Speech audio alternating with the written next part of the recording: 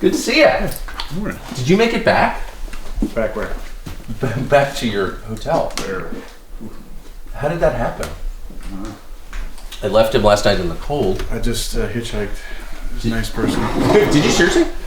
No. I know that name right there. I know that signature anywhere. Who is that? Brett Favre. How did you know that? Because I played with him. I know that signature.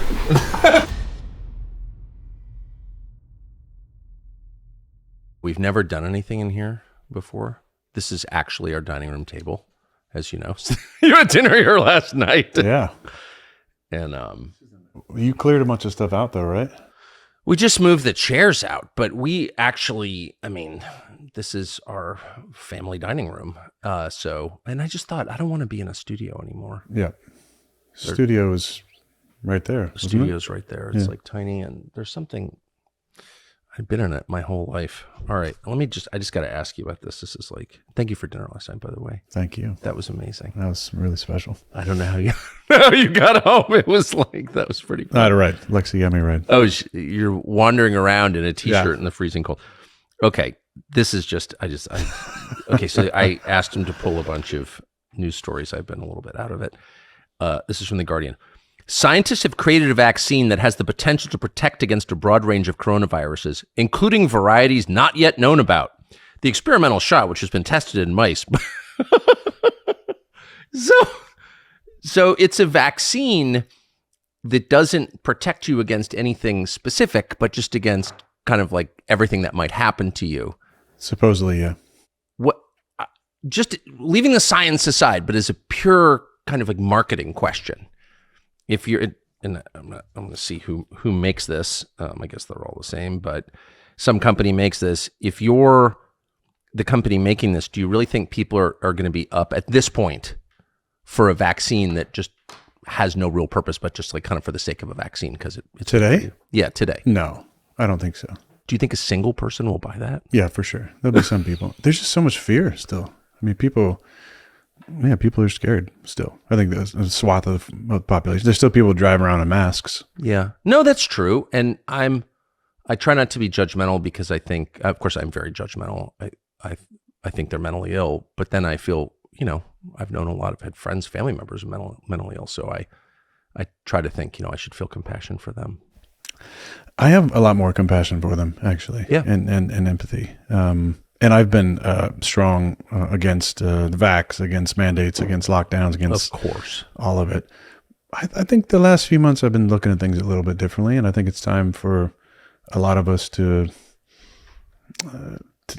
maybe adjust some of the approach that we're doing. I mean, it obviously hasn't worked. We've been trying to wake people up, I think, with the studies that are out there now. Exactly, with the science. All the time, with the articles, with the change in stances by everybody from Chris Cuomo on down, who have, either had vaccine injuries or side effects or just look at things differently.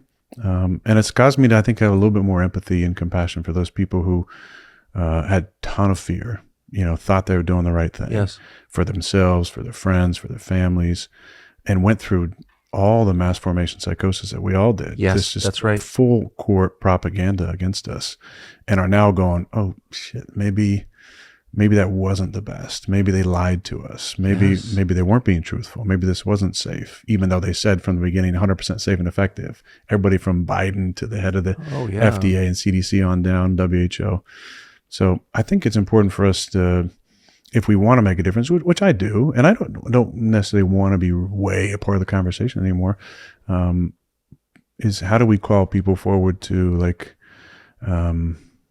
with compassion and kindness, that just come over to the side of being awake to what's going on, because I think we all need to come to the grips that this could happen again. So how do we call these people forward to, like, in love and acceptance, not forgetting what happened, how we were treated, how we were canceled, everybody from yourself to me, to Joe, to mutual friends that we have, but like calling people forward to, like, step into the truth, and that there isn't shame and guilt on this side, which I think our side, justifiably at times, because of the way we were treated, feels Feels like we need to kind of get back. I totally agree with you. But at some point, I was talking with Joe about this, kind of off camera at Rogan, but like, how do we kind of bring everybody back on the same side? Because this has been very divisive, and everything in our culture now is so divisive. Yes.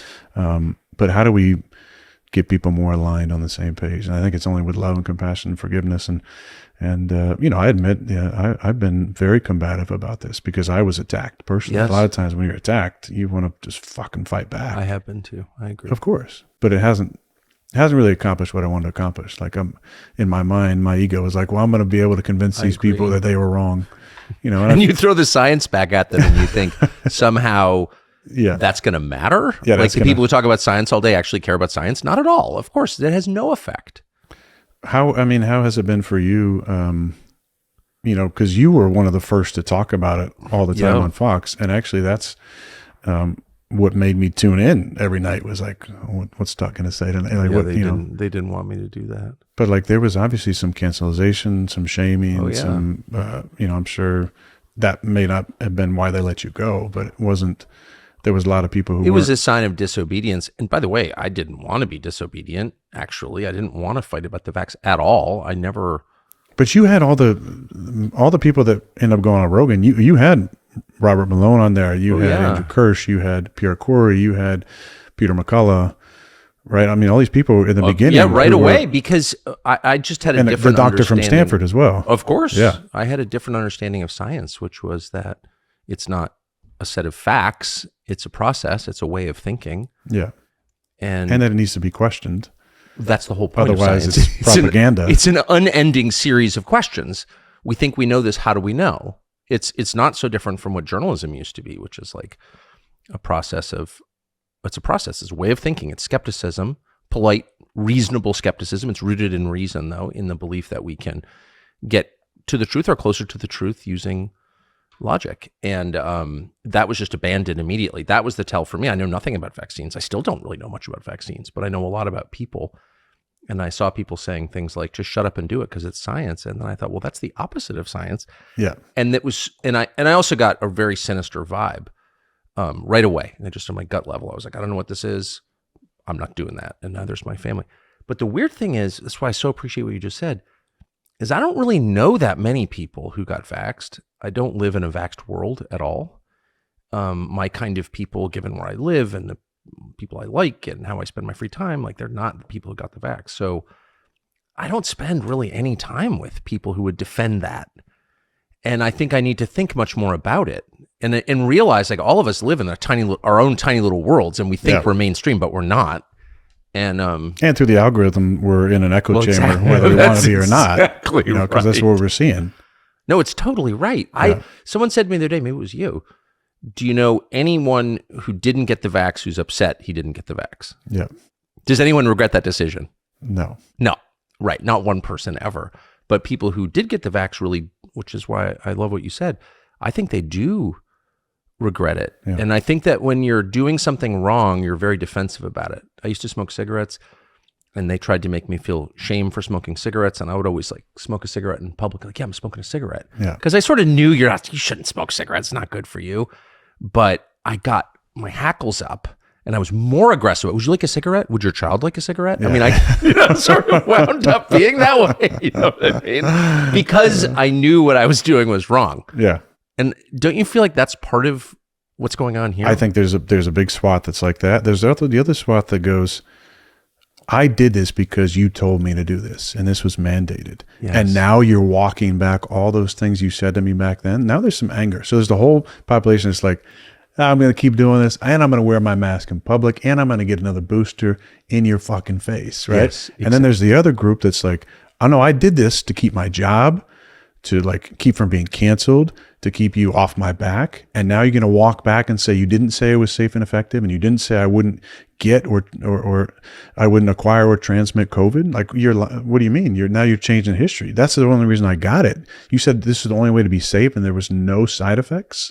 And that's not bullshit. That was all stuff that was said. And there's videos out there you can check out. So there's that side of the population that's like, hold the fuck on. Like, yeah. You said all this stuff. Now you're walking this back. That's how I feel. And then there's the other set that doesn't want to engage at all, that did it and now has a lot of fear around it, a lot of shame around it. And so I think two of those three groups of people we can kind of like bring in. There's compassion and kindness. There's compassion and kindness for the person that's still wearing a mask too. Because they're living in especially that person. And I can't relate to that type of fear, but I understand what it's like to be scared of things and just the fear to feel like you still have to do that. Like that's a really shitty place to live. So like showing compassion and kindness, and it's easy to make fun of those type of people when you're on the way other side. But like, what does that actually accomplish? If we want to come together more, and look, I'm guilty of it at times for sure, but like, I'm tired of that. I don't want to be a part of that anymore. I want to be a part of bringing people together. I so strongly agree with that. When was the last time you saw a national leader try and calm people down about anything ever? No. Yeah. I would love it if somebody in elected office or with a lot of influence nationally were to stand up and say, let's start with what we know. We're all going to die, probably terrified and alone. So that we know we're going there. So in light of that, why are we afraid of anything, actually, given that our fates are all sealed? Like, doesn't that liberate us? I think so. And I think that's a great place to be. Like when you step into this, you personally, when I'm talking about you, when you stepped into this realm, you were the number one anchor at the number one show nightly, and the stuff that you were taking on, and then the way that you were ousted there, and then you go to X and you're the fucking, the interviews you're doing, the numbers you're going, then you go and interview Putin.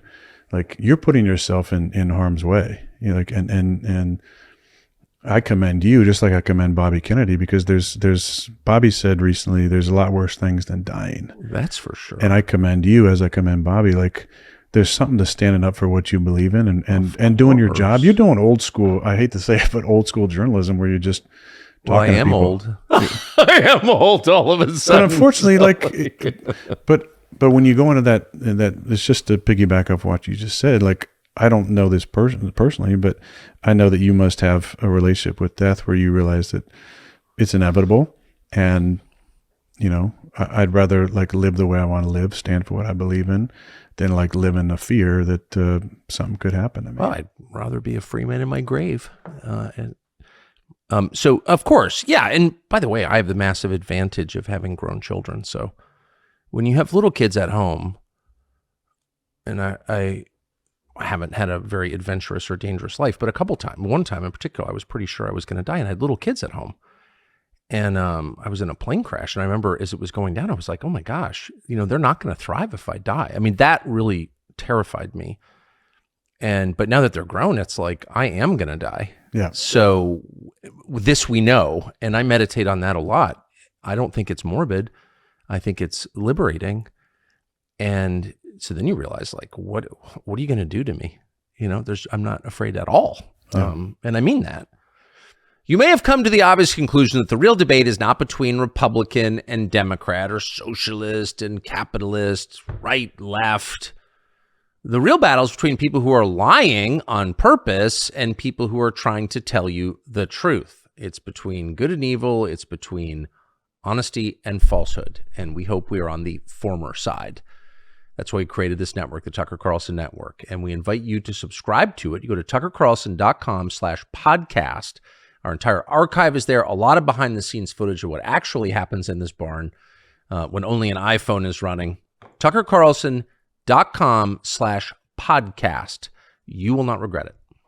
Why do the bad people have so much power? Because the bad people have all the money. Where'd they get all the money? You gave it to them by using their businesses that undermine this country and empower countries that don't seek the best for your family. Trust us. But there is an alternative. It's called Public Square. Public Square is a network of over 75,000 independent businesses, small businesses in this country, from which you can buy guns and ammo, fresh food, household goods, things you need to live. And when you buy them, you can feel certain that you are not doing a bad deed, you are doing a good deed that will make this a better and more independent country and make your kids' future brighter. Publicsquare.com. We are honored. We are proud to have them as a sponsor of this show. So the people who got the vaccine don't want to talk about it because they feel shame. I get it. The people who went along with it because they really believed it and now are starting to realize, oh gosh, I was misled, but I can't admit that because it makes me look like an asshole. weak, like a follower. I understand that too.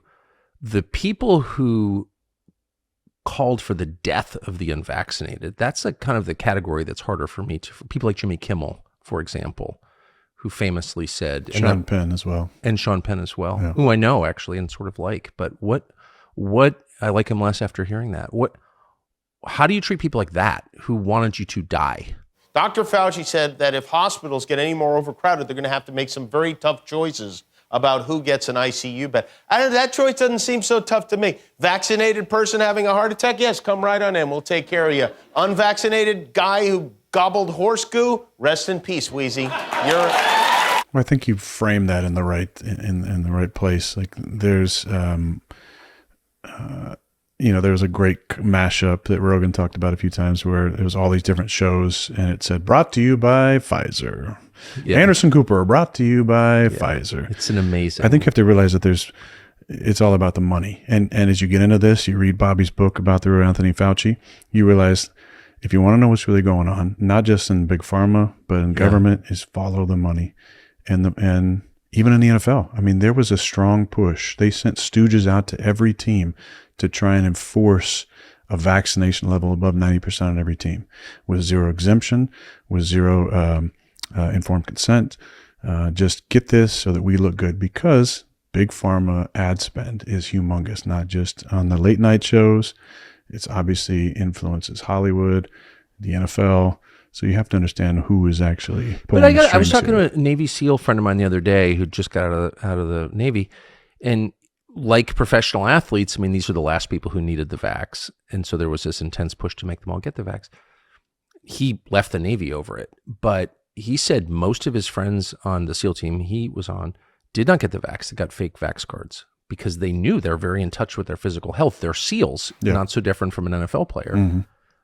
How many NFL players actually got the vax? Do you have any idea? I don't have any idea. I know that I'm sure that there was plenty who got fake cards. I feel like, there's I think there's a base level of hesitancy around just the big pharma medicine in general when you're black. Well, I was about to say it's like 70% black. To their great credit, a lot of black guys are like, no way. Yeah, and based on the history, I think it's warranted. Totally if you know any of the history about some of the fair. Human experiments that went on and ridiculous things in some of those communities.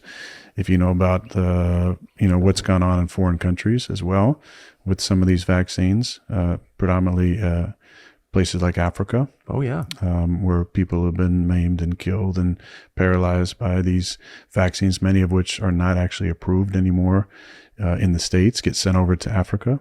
Again, that's a reference to something that Bobby talked about in his book about Fauci.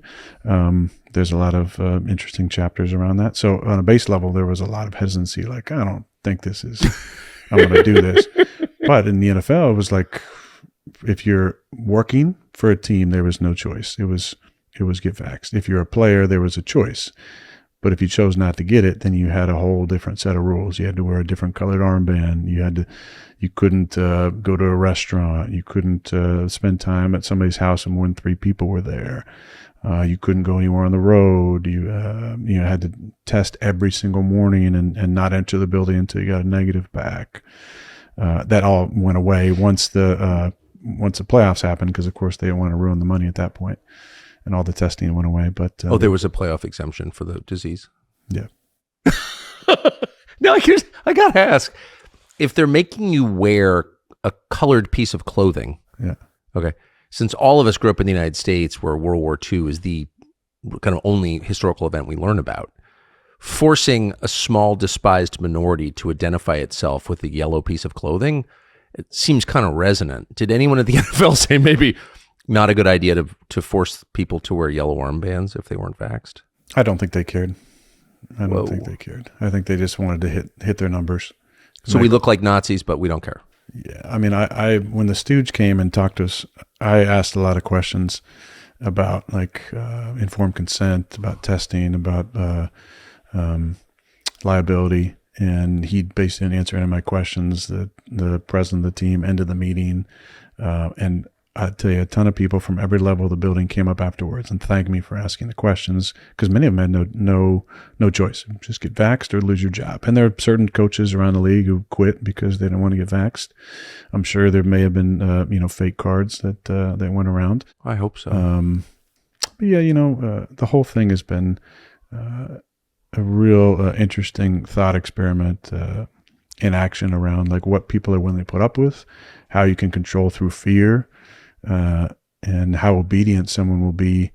Because remember what was going on all the networks. You had the live death tolls that were ticking up as you watched the TV. You had the live case numbers. You had just the fear mongering, and then anybody that stood up to it was canceled. All the Twitter files that got released when Elon took over that show the collusion between the alphabet companies that control a lot of stuff, and the old people with X, what was going on at Facebook and the censorship, and all these true experts in it. The Robert Malones, the Peter McCulloughs, the Pierre Corys, all these different people who stood up, the Alex Berenson who said, tried to just get the message out. We're silenced and censored. I think a person with any level of common sense would, even if they got the vaccine, would go, that's kind of weird. Why are we silencing all dissenting opinions? When in the history of the world has a censorship ever been done by the good guys? The good guys are the ones doing the censorship. That actually doesn't happen. What are you scared of? You're scared of people being able to make up their own mind? Yeah. And, you see it on, Bobby just released a 30-minute video and about who he is that got censored by Facebook, which is just wild. They're censoring the election stuff, which we know has gone on. Which the Cambridge Analytica, if you've watched that documentary about what happened, it is just pretty wild, the world that we live in, where there's the idea of even free speech and what is it is called into a question all the time. I just read an interesting book that was written a few years ago called The Coddling of the American Mind. And it basically is talking about what's going on at college campuses, which we're seeing now, all this, this outrage and different things that started post 2016 when Trump got elected, when campuses felt like they needed to create safe spaces because speech is violent.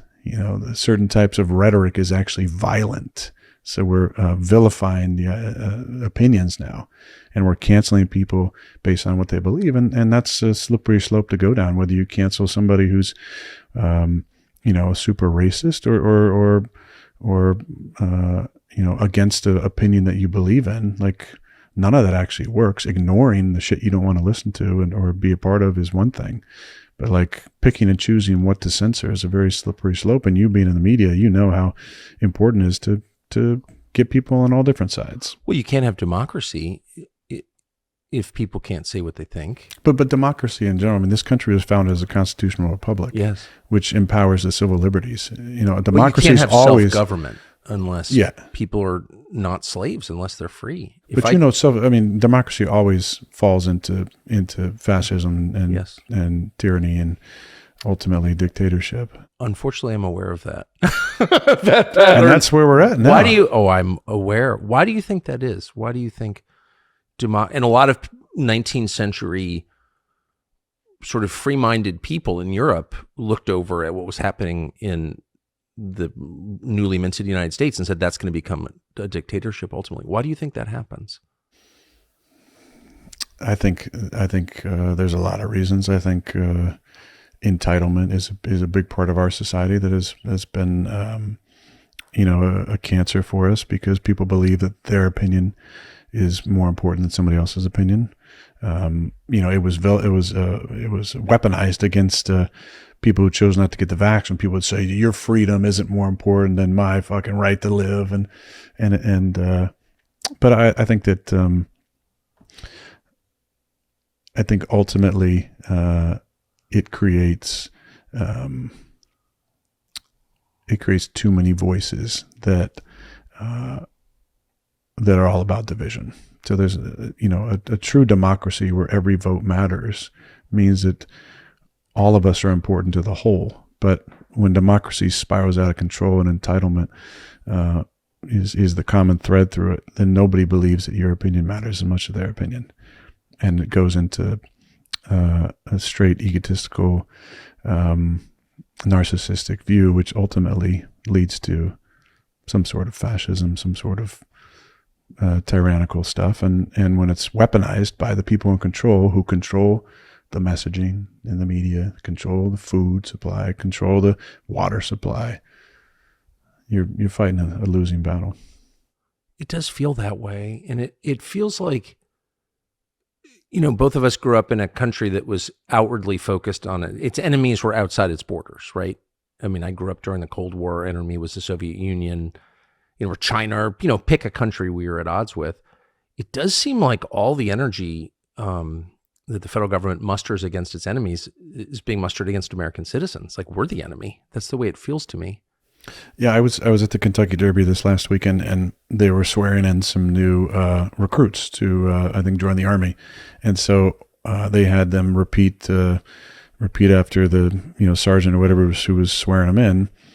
And I just was stuck with that one line that protect against all enemies, foreign and domestic. Yes.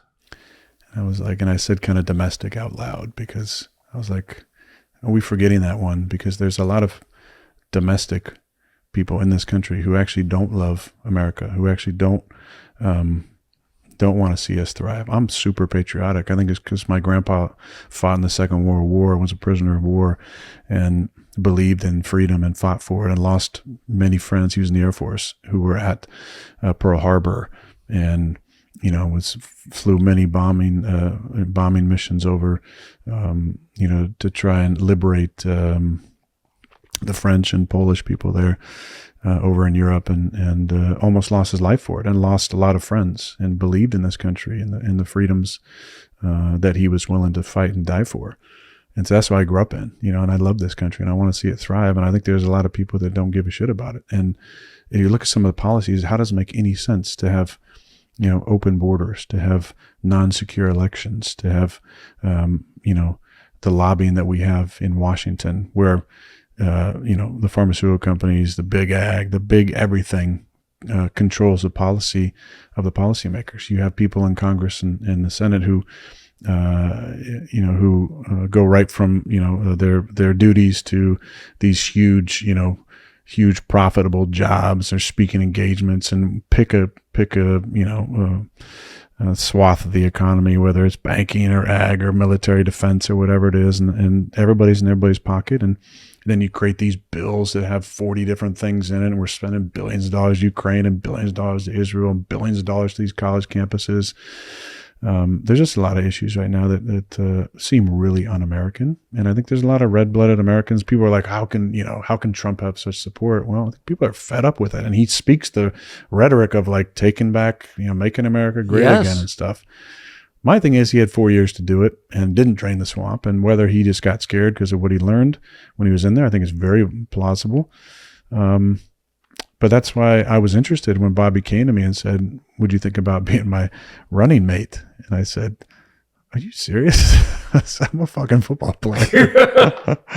But I love this country, and I'd love to be a part of, bringing it back to what she used to be. There's a great...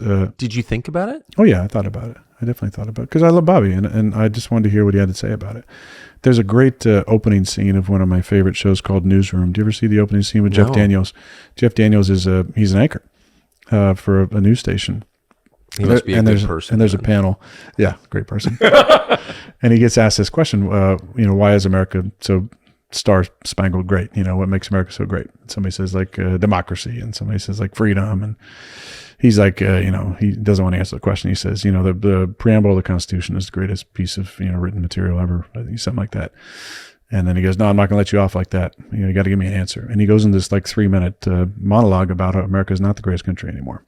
He talks about the literacy rates and math rates and reading rates, and we spend more than the next 25 on the on defense spending, and but at the end he said, but America's not the greatest country anymore, but it could be. And he talks about what it used to be, and we used to dream big dreams and build incredible buildings and great technology and different things. It's super patriotic, and that starts the whole show out where he gets kind of canceled for this, or he gets put on display like, oh my God, like this guy is willing to tackle some of the big issues in this country and keep it real. And I think that's what that resonated with me, because I'm like, yes, like what used to make America great? Like, how can we get back to that? And that's why I love people who are willing to stand up for what they believe in, like yourself. And the stuff you would talk about on your show was yeah, but that's my job. No, but nobody else is doing that though. You know, but that's because they're cowards. They're kowtowing to. Well, yeah, I get it, but we're a country of cowards now. People are not willing to stand up for or stand up to the people that are in charge.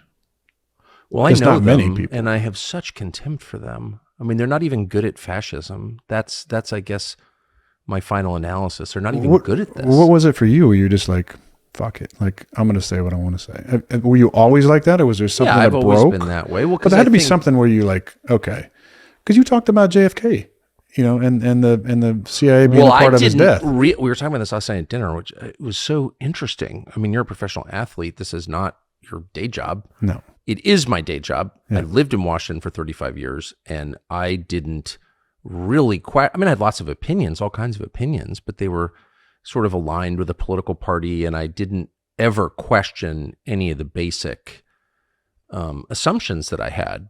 You know, people would say, oh, Roosevelt knew that the Japanese were going to attack Oahu in December of 1941. And I was like, you must be crazy. Well, it turns out that's true. Yeah. There was a Senate inquiry into it during the war that suggested that strongly, because it's real.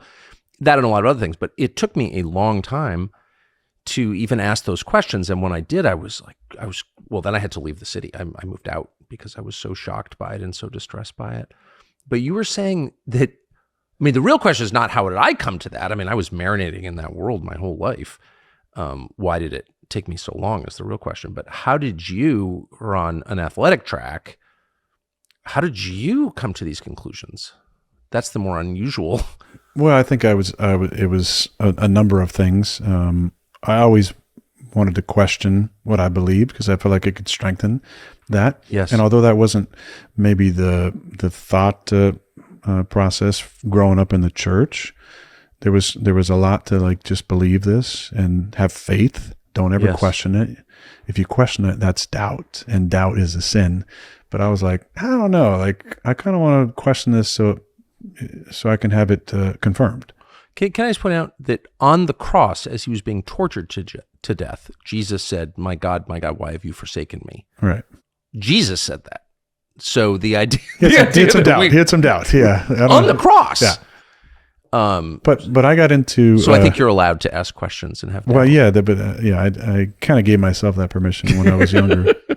But I did a report my sophomore year in high school on JFK. And I was just kind of super fascinated by his charisma and the Kennedy family in general. Yes. And then his death. And what little I knew about it. And I talked to some people that maybe didn't believe the Warren Commission or the official narrative. So I did a report on it. It was more on JFK because I think we had to pick an influential person from history to report on. So I picked JFK. And in high school. And back then, with very limited internet access, I did a lot of research in the library and read a lot of things, read the Warren Commission, a decent amount of it, the Warren Report, and was like, there's some bullshit in here. This doesn't make sense. You tell me this magic bullet from this guy went boom, boom, boom, boom, boom, through him, and then they just happened to find it, you know, in the hospital, a certain spot. I was like, that doesn't sound right. So that kind of got me into questioning things, conspiracies for sure, questioning things. I've seen some really interesting UAP phenomenons in the sky. I've talked about it, and I know that's something that you are fascinated by. You know, at the time, I also found a way to see the Zapruder film, which you know, was very fascinating as well, even though it's super grainy. And that kind of got me into questioning things. And then there's been a lot of really interesting things that have happened over the years.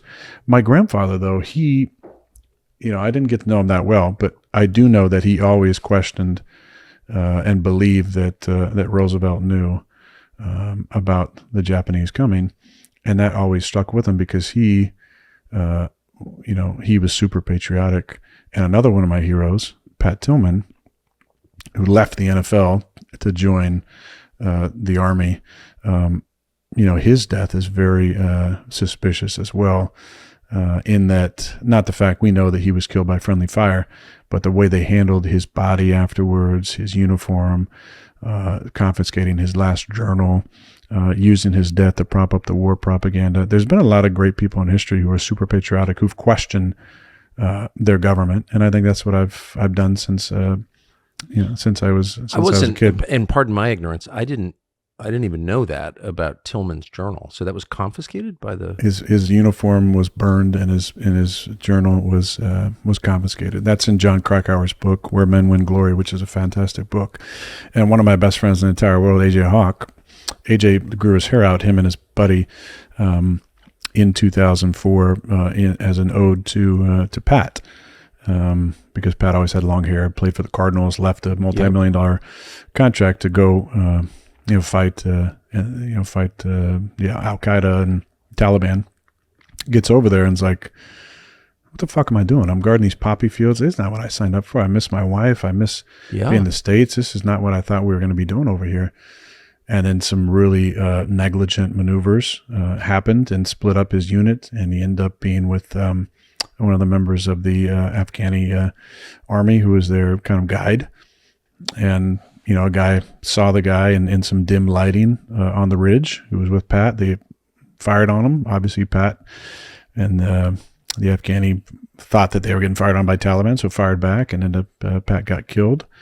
His brother was not told right away that it was friendly fire. It's all in the book. It's a fascinating book. It's one of the only books I've ever cried reading, just because it's so. John's an incredible writer. He wrote Into Thin Air. He wrote Into the Wild. He wrote Under the Banner of Heaven. I read those three. I never read the Tillman book. Yeah, the Tillman book is incredible. But I don't know why I'm bringing this up. Just that there's so many people that really love this country that have gotten disenfranchised. I think that's part of it. Who've been betrayed by their leaders. Yeah.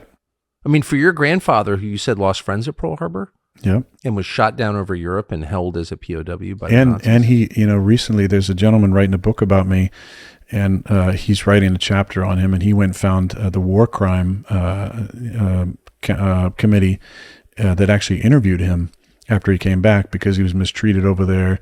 There was one of his. One of the guys, there was a group of I think there were 10 people on his bomber. One of the guys ruptured his spleen on the way down, and they mistreated him, made him march 20 miles in the freezing cold, didn't get him any medical treatment. So there was a war crimes commission that was doing interviews. So he was interviewed about that.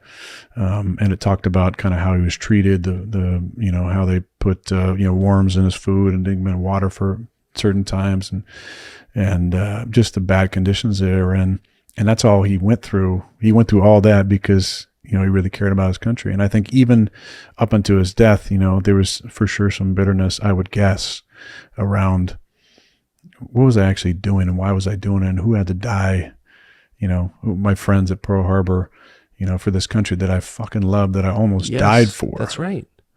And I think those are the great people that have made this country what it is. And we're, now to even question the government, you're some right-wing conspiracy, crazy tinfoil hat wearer, which is wild because it seems like the left has gone so far left, and anybody right of that, there's no center anymore. That's according to the left. You're a right winger unless you're so far on the left. The left used to be a party of Occupy Wall Street, of course, and free speech and rights for everybody.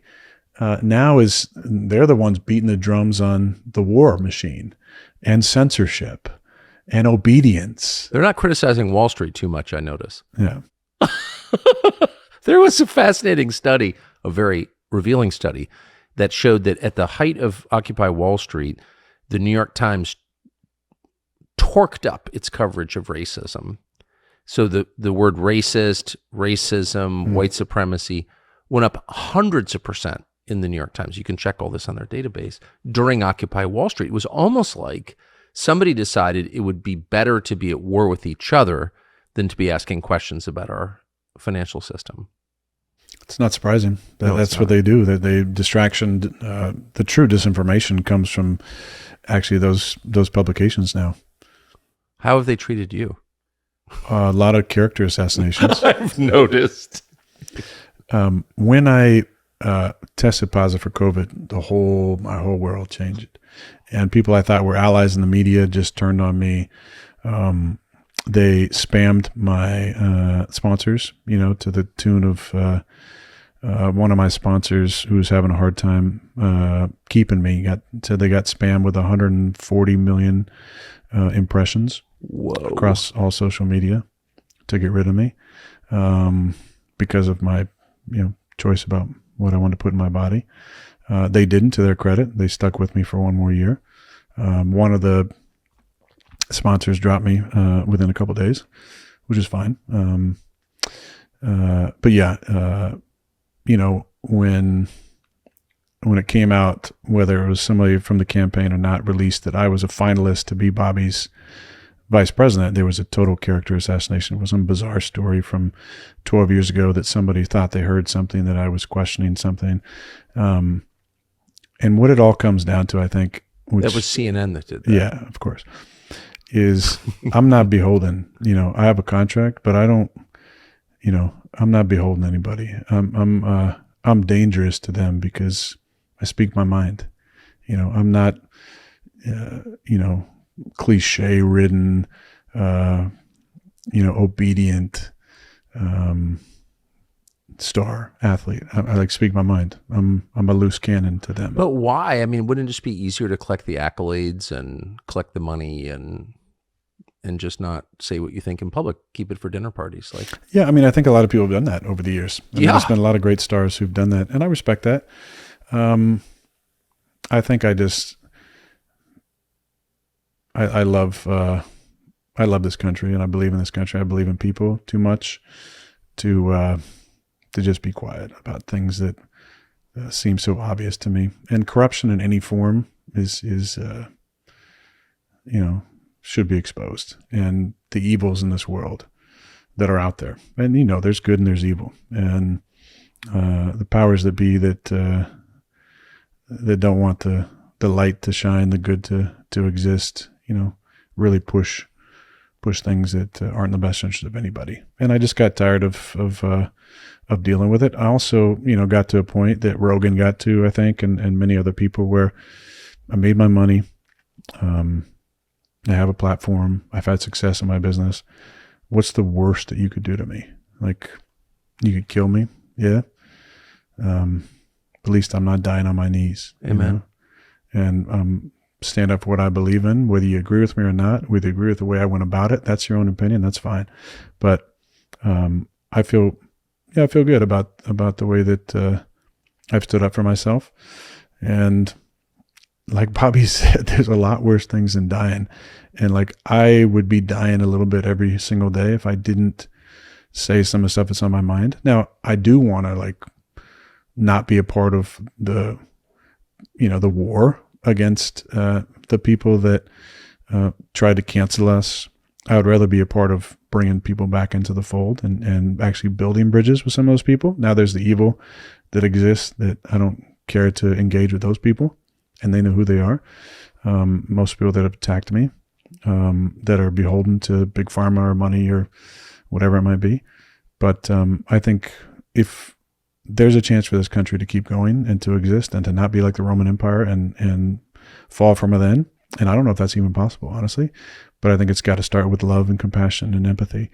And I'd like to be a part of that conversation if possible. I so strongly agree with that. And clearly COVID was used, like race questions have been used, like the trans stuff is being used to divide people and to make them hate each other. Yeah. And you don't want to be a part of that. I don't want to make that worse at all. And I agree with you. I love the country. And not only do I love it, I'm stuck here. I'm born here. I will die here. So it's my country. That's how I feel. So I don't want it to get worse. But I do have unanswered in my mind, what was that? I mean, you described, I think, the motives of the people that or I know. They were afraid. They're just instinctively deferential to power. Okay, that's fine. That's all human nature. But big picture, that's so crazy what just happened. They have this game plan where it's we're a name call, anti-vaxxer, anti-Semite, bigot, racist, whatever it might be. We're going to censor you, then we're going to try and cancel you, then we're going to go after the people that you love and care about. And that's kind of how they do it. And so if they call it a vaccine, then all these people who are hesitant to not get canceled, not be shamed by being called an anti-vaxxer are going to get in line to take it. But big picture, do you have any guess as to like what is the program here? Like what is the point of this? I think those are some of the evils that we're up against. Are you noticing all around, just in your life, are you noticing people begin to make reference to spiritual forces in a way they didn't say 5 years ago? Is this my imagination? No, I don't think so. I think that more people are kind of waking up to that. I think people that watched, and there's probably, I don't know, 10, 15, 20 million at least that saw your interview on Rogan and saw you talk about the supernatural component of UAPs. I think that is a good part of the conversation for people to reference. I grew up in the church, and in the church, you know that there's a battle that's going on between the seen and the unseen world, between good and evil, between the powers that we can see and the powers that we can't see. And there's some wild things out there that we don't know about. And there's some government secrets we don't know about.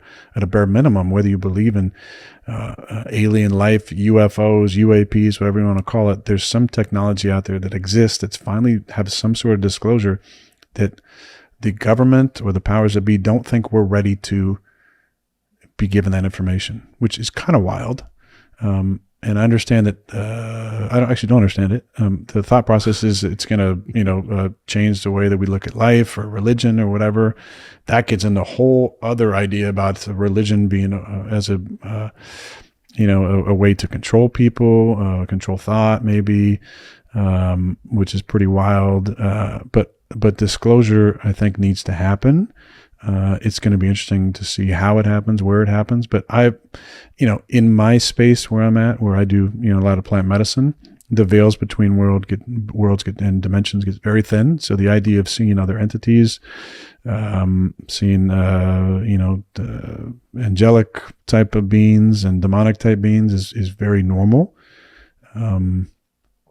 And the idea that there's a demonic aspect to the UAP phenomenon, I think, is very plausible and interesting. I do too. So you say plant-based medicine. I think you refer probably to a lot of different things, but among those would be, say, ayahuasca or psilocybin mushrooms. So the conventional understanding is that if you take a hallucinogen, you see hallucinations, things that your brain creates that don't exist outside of you. But you're suggesting that you can see things that are in effect real, but that you don't normally see. Is that what you're saying? Yes, definitely. And I've done Aya many times now, and I've had many incredible experiences. Finally feel comfortable talking about it. I wasn't maybe after the first 6 times I sat, and then I finally said, you know what? Like, this has made a huge impact on my life and made me feel more connected to this world and more loving and more in my heart. And even this last ceremony, group of ceremonies that I did, I think has really helped me with the last 4 years of my life, where I went from a pretty beloved, semi-enigma still, but pretty beloved athlete to a very polarizing figure. And it's helped me to kind of put that all in the right context and perspective, and actually have a ton of gratitude for the whole process, even though it was tough up and down, and more empathy and compassion for those who've slandered me and canceled me or attempted to. So it's been really important for me, and really deep healing for me. Well, if you wind up with more compassion for your enemies, it's hard to criticize it, because I think that's where we need to be. Well, they also couldn't criticize because the first time I did it, I won an MVP. Then the second time I did it, I won MVP again. So everybody wanted to, put me in the druggy category. Oh, you're just some wild hippie druggy guy. It's like, yeah, but also I'm better at football probably afterwards, and a better leader, and better at relating to my teammates. So there's a lot of positive. What does your teammates say? What do they say in general? They're interested, very interested. So many people from all different sports. I'm talking basketball players, tennis players, golfers, baseball players, hockey players, and then my own contemporaries in the league are all interested about it. There's a base level of plant medicine use. For the most part, I would say it's marijuana. people have their own opinions about marijuana, but a lot of people are really interested about the healing effects they can have and the deeper sense of self-love and deeper sense of connection. There's just so many myths about it and misnomers. I like to say, and kind of revised my view of that plant medicine, because people are like, oh, plant medicine, what is this shit, blah, blah, blah. Medicine is anything that is healing that's not addictive. And drugs are substances that are addictive. And there's a ton of drugs. And not all pharma is bad. There's some incredible pharmaceutical stuff that's helped us with things that I've used. Obviously, I've had many surgeries and had anesthesia, and I'm thankful for those types of drugs. But medicine and food as medicine has been, really impactful for my life. And they're not addictive substances. They're stuff that I like to use with deep reverence in ceremony setting, and it's made a big impact on my life. And the people that know me have noticed the change. People that don't know me, have their shots and their opinions about me, but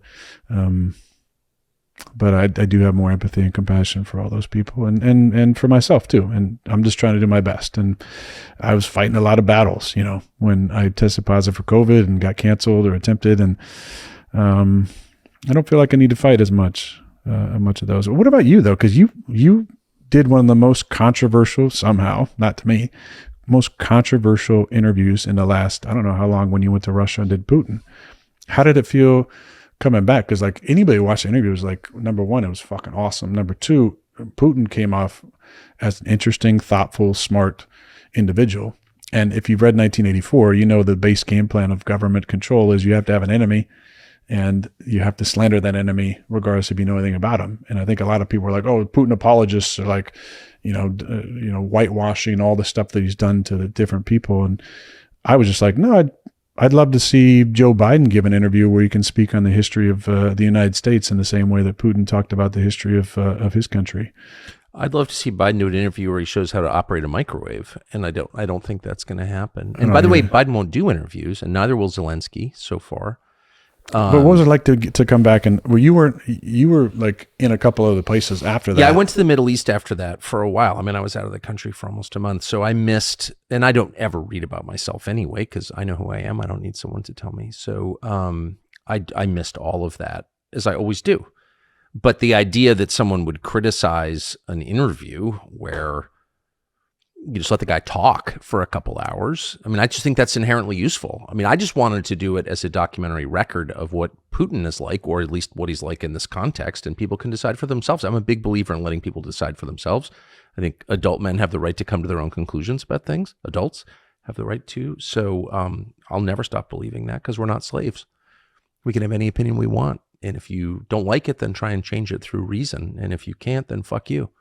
And I really feel that way. So that's the kind of perspective I had going in to talk to Putin. My perceptions of him are exactly what you just said. I thought he was an interesting guy, smart guy, impressive guy, in some ways, obviously a lot more impressive than Joe Biden, but he's Russian and he runs Russia, and I'm American and I live in America. So I care about my country.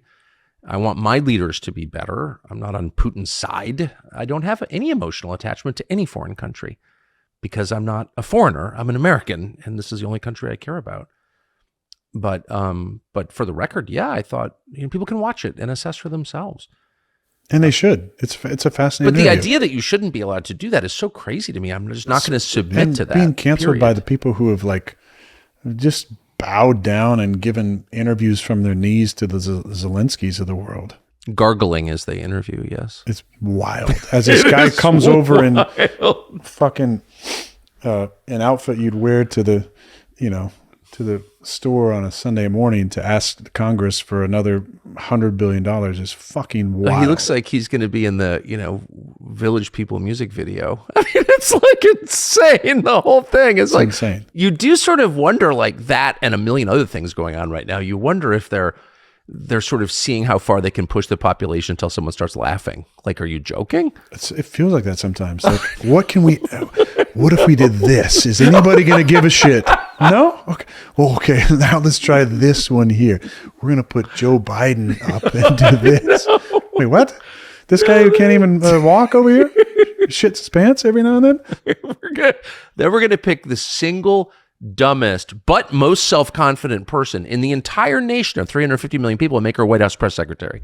And you have to deal with this every day on your television. No, I know. I'm going to laugh. But the real question I had for you in relation to freedom of speech and free speech is two, I believe, champions of free speech who are now in exile.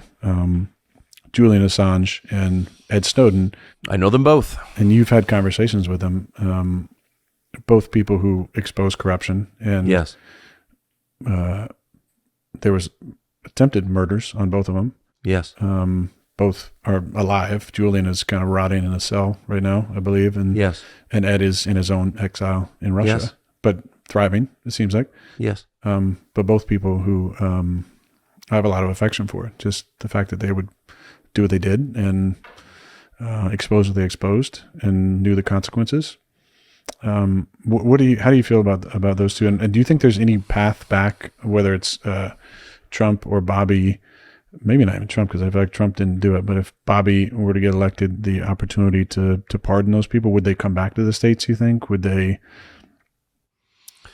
Well, I mean, in the case of Snowden, who's stuck, who I like a lot, and as with him and Assange, I don't agree with them on everything. I don't agree with my kids on everything. I don't have to agree. We agree on the things. I don't either. And by the way, if I'm being totally honest, I probably do agree with them on most things. Yeah. But whatever. I'm sure we'd find every area. I just love that they expose corruption and that their bravery, their physical courage. Those guys, their willingness to suffer for what they believe, and the principles for which they're suffering. You know, the dignity of the individual. We're all created by God. You cannot treat me like a slave. You cannot tell me what to think. You cannot tell me what to say. You cannot lie to my face.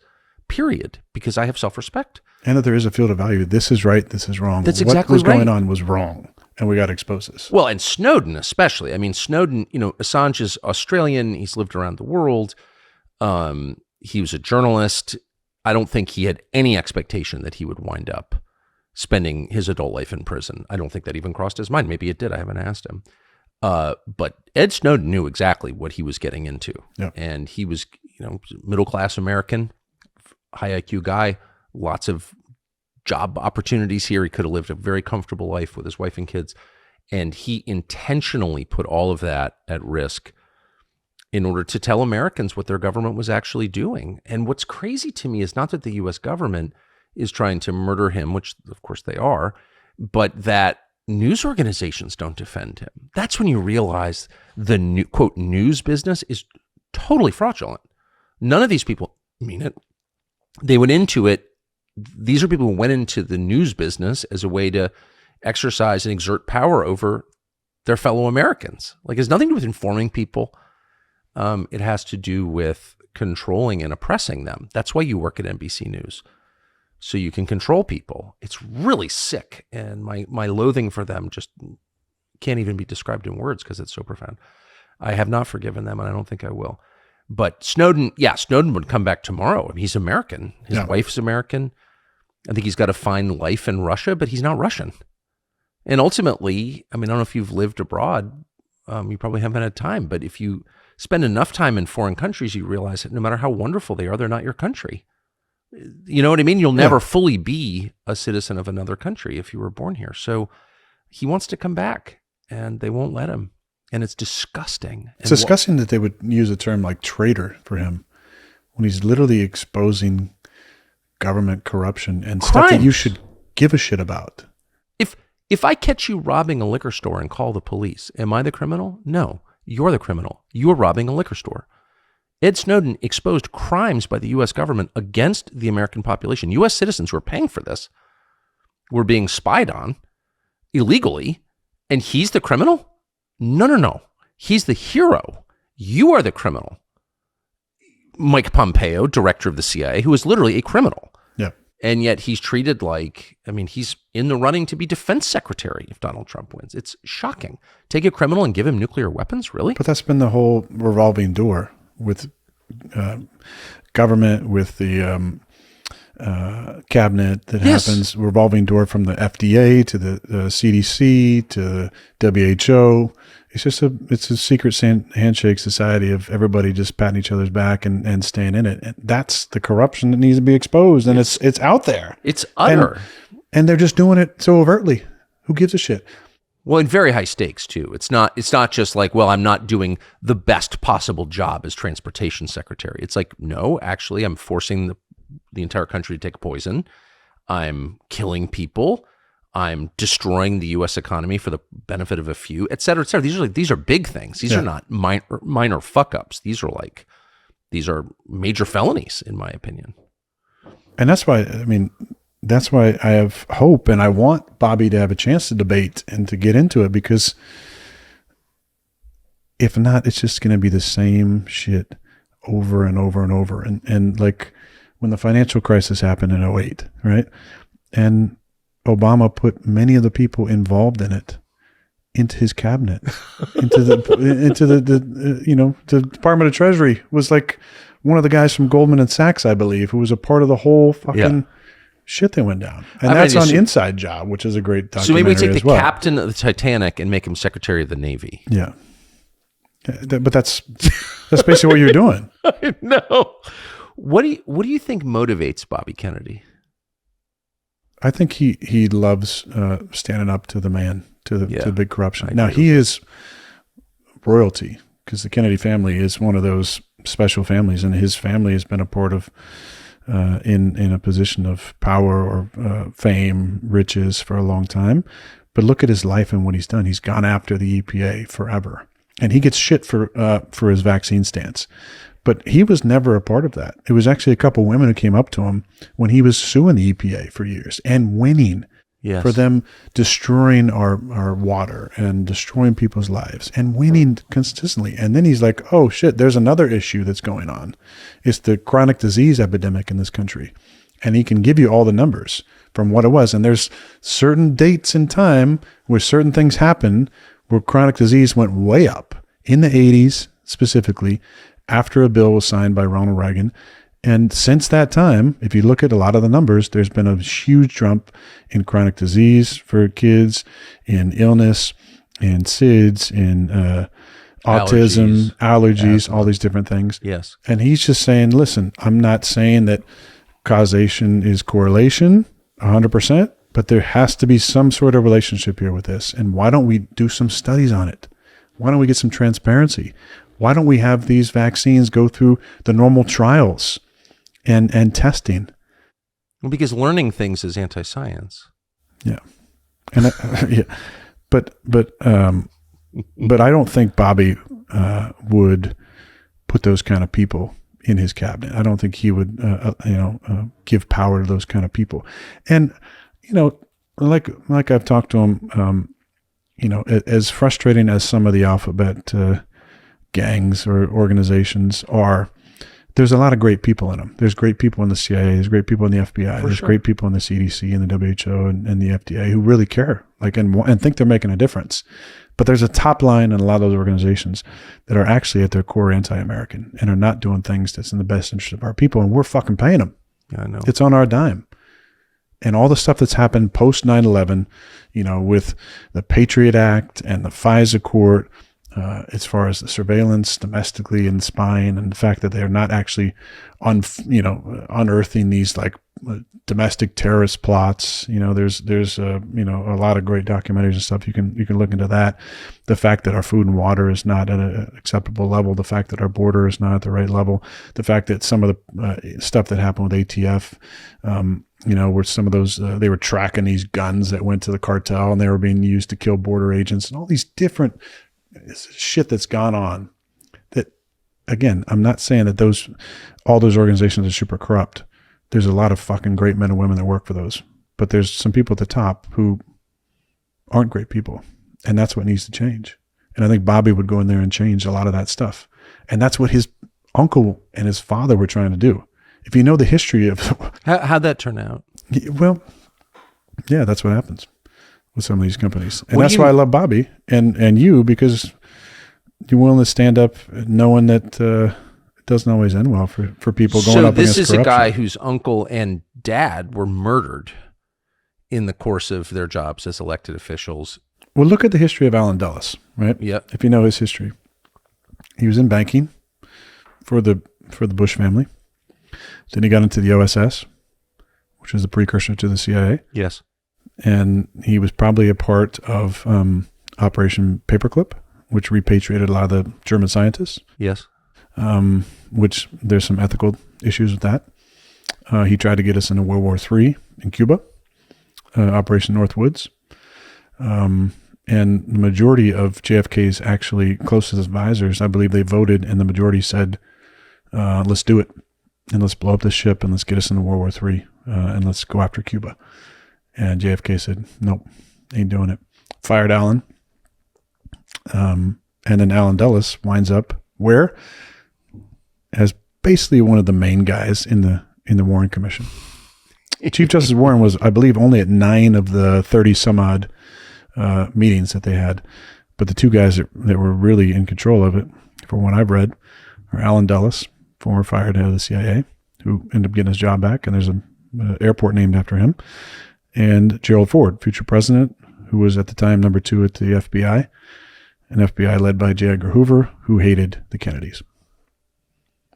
So given that all of that happened, it's a little weird that the Biden administration won't give Bobby Kennedy Secret Service protection. Yeah, and he's known Joe forever. Like they were friendly for a long, long time. It wasn't like he's some outsider. Like he's been around the political game for a long time, and he's the only major candidate who's not gotten Secret Service protection. They're also limiting and skewing, I believe, some of the polls to try and not just keep him out of a debate, but keep him out of Secret Service protection. He's spending millions of his own dollars on private security, which he has to because he's a threat, because he's not, bought and paid for. And, he's a foil to the two-party system. But I don't know if you saw this, but Bobby recently came out and said in the summer months at some point, he wants to do a 50-state poll with like 20,000, I don't know what the exact number is, votes in each of these states. And whoever polls lower between him and Joe Biden has to drop out of the race. Because in his own analytics, he's found out that if the three of them run, Trump is most likely to win. If he goes against Trump, he wins. If he goes against Biden, he wins. If Biden goes against Trump, Trump wins. So in fact, so he said, hey, listen, I'll drop out if you poll higher than me in these 50 states. But if I poll higher than you, you're out. There's no way he'll go for that. No, but I think it's a brilliant model to be like, no, I'm not the foil. Bobby's not the foil, right? Bobby's a main player in this. And going through this process and just like entertaining it for a small time to learn about the corruption with getting on a ballot, that's fucking wild. It is 50 wild. states with 50 different ways of doing it for the most part. You can have your signatures thrown out if you have the wrong color ink on one of 50,000 signatures. Some states you file with the Secretary of State, some states with the governor's office. It's so ridiculous, the whole process, which is just set up for a two-party system, right? And then who knows about the safety and legitimacy of this whole thing. Well, it's a lot harder to get on the ballot than it is for, say, a non-citizen to vote. Yeah. Or a dead person. Or a dead person. A lot of those. So you made reference a couple of times to the food supply, and you said, I don't know about, I'm not an expert on vaccines, but I am an expert on food. What do you... Well, I'm not an expert on food. It's your job. Yeah, I care a lot about what goes in my body. You have to, right? Yeah. So what have you learned? So for people who aren't paying as close attention to what they eat, where do you think the bad, like what's the bad food? Well, a lot of it's in the wording of it. I mean, fat is a bad term, but fat is really good for you. Cholesterol is also a real negative stuff. But, yeah. But you need cholesterol because it's good for your brain. There's some bad types of it and some like shit that you can eat that doesn't help that kind of skews your levels. But sugar, terrible for you. Anything processed, sugar like fuels cancer cells. So eliminating sugars, processed foods. But if you were to start with one, it'd be getting rid of sugar. Yeah, definitely. And then fasting.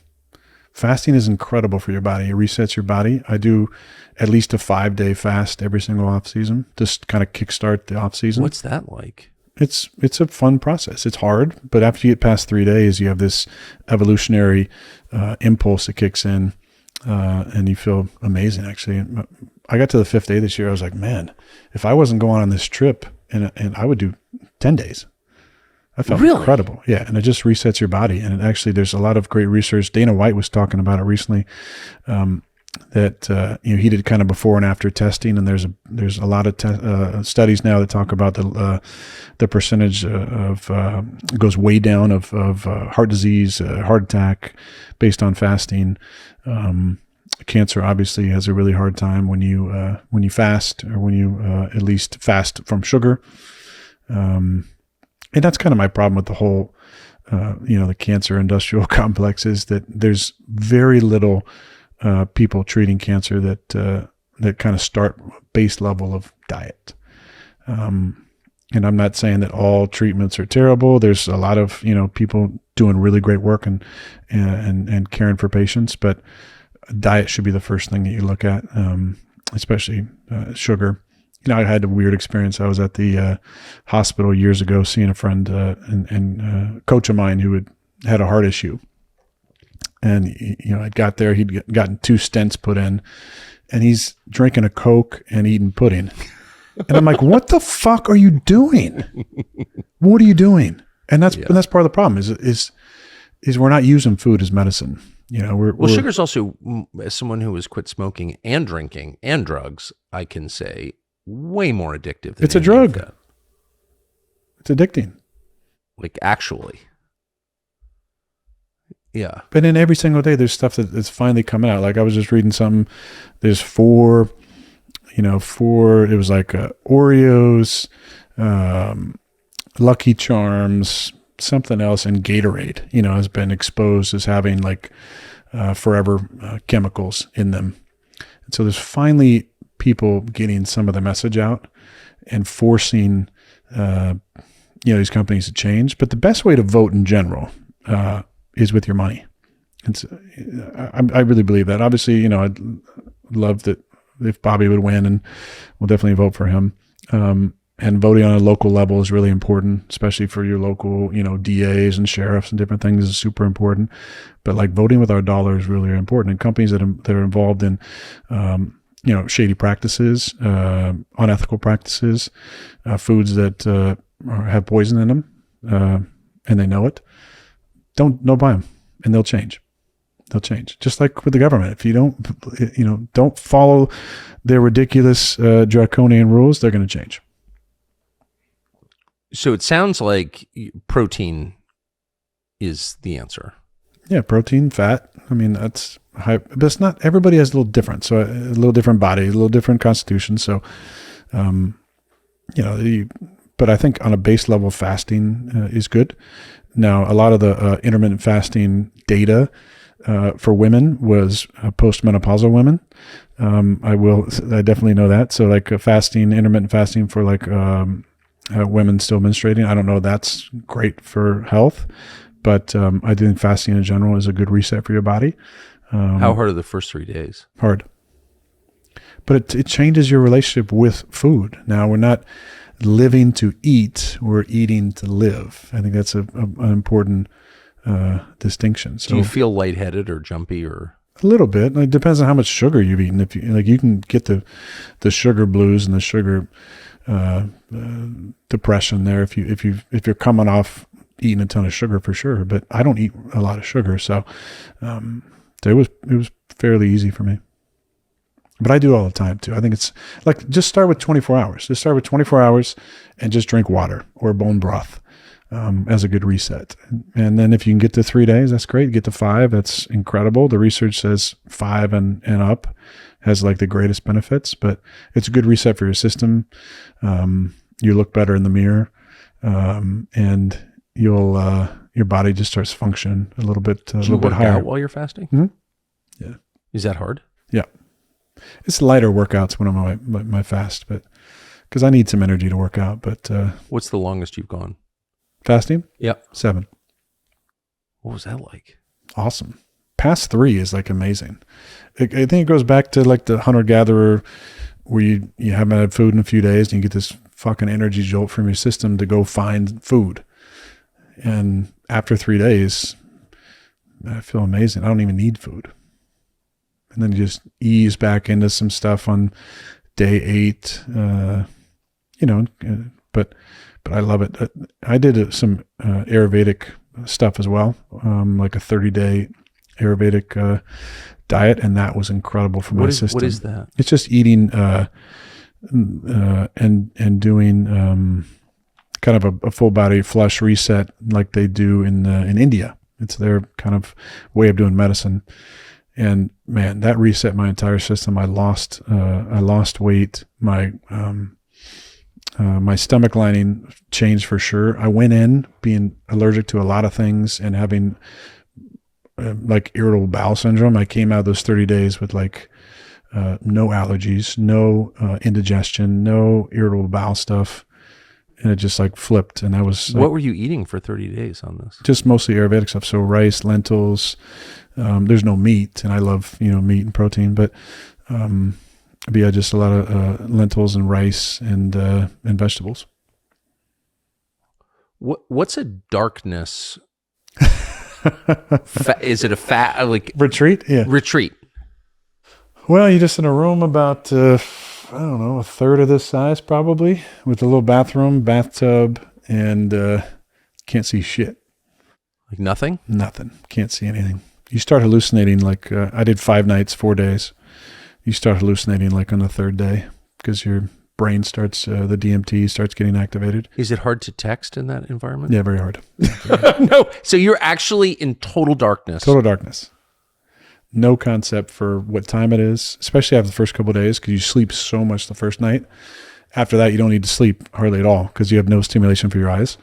So you're not really tired. You're just kind of laying there or moving around. I was like, did yoga, did long meditations, sat in the bath for a couple hours. It seemed like, I don't know, time was irrelevant. But a lot of great contemplation. The bath. So you like feeling your way to the bath? Oh, yeah. And a lot of times you start hallucinating and seeing different shapes and doorways and stuff, and you just run into stuff all the time. And it's quite the process. I think that's scarier than any drug. I think I would be afraid to do that. Yeah, I'm glad I did it. I don't need to do it again. It's not like something I need to. I can't wait to do another darkness retreat. It's like, no, I did that. Check that box. That was cool. Not going to do it again. What did you think about? I started each day with a meditation and just said, what do I want to contemplate today? So contemplated, relationships, family, and then 2 days was, one was I'm retired and one was I'm playing. And so I went through all the insecurities around retirement and then all the fears around playing again, and just really spent hours just like thinking through things. And anytime a negative thought would come in, just being curious about it and wondering where that comes from. If there's a root of that, is there something from childhood that is involved in that fear, insecurity?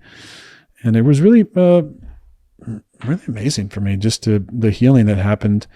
And I came out really feeling comfortable either way, like not scared of retirement, not scared of slipping into irrelevance. I actually welcome that. Not worried about what the future looks like if I don't play for the Packers anymore and I'm on a new team, and new guys, new city. So it was really, really meaningful, and I'm really glad I did that. Again, don't need to maybe do 5 days, 4 nights, but it was a good experience. Have you done anything like that? No. Yeah. I've spent my whole life running away from stuff like that. But nobody even can take a few minutes to get off their phone. You probably are better than most. Oh, I definitely am. No, I take a sauna every day for 20 minutes in silence. And but do you watch TV? No, we don't have a TV. Yeah, I have a TV. That's a good way. I like silence. I don't like noise. I don't actually watch any video at all ever. And, but to be in total darkness for 5 nights, I don't know what would happen. Were you afraid at all? No. But the weirdest thing was night 1, I had a bad dream, like a nightmare. And when you're normally when you're at home, you have like a weird dream, something's off. Maybe you feel an entity or just something's freaking you out. What do? You kind of wake up, orient yourself. Okay, I'm on my bed. I'm fine. Here's this. Maybe I can get up out of my bed, do something. Okay, I'm okay. And then you kind of are able to usually get back to sleep. But in the darkness, what you see eyes closed is what you see eyes open. So there was no escaping the You wake up at 3 a.m. and got to take a leak. How long does it take you to get to the John? 5 minutes. For real? Yeah. Because you just like, here's one step, and you're super disoriented. You're just going really slow. Now I'm feeling around, boom, boom, boom, boom. Okay, this should be here, banging on something. Yeah, this should be over here. Okay, there, boom. Then here's a tiny little door. Okay, get in.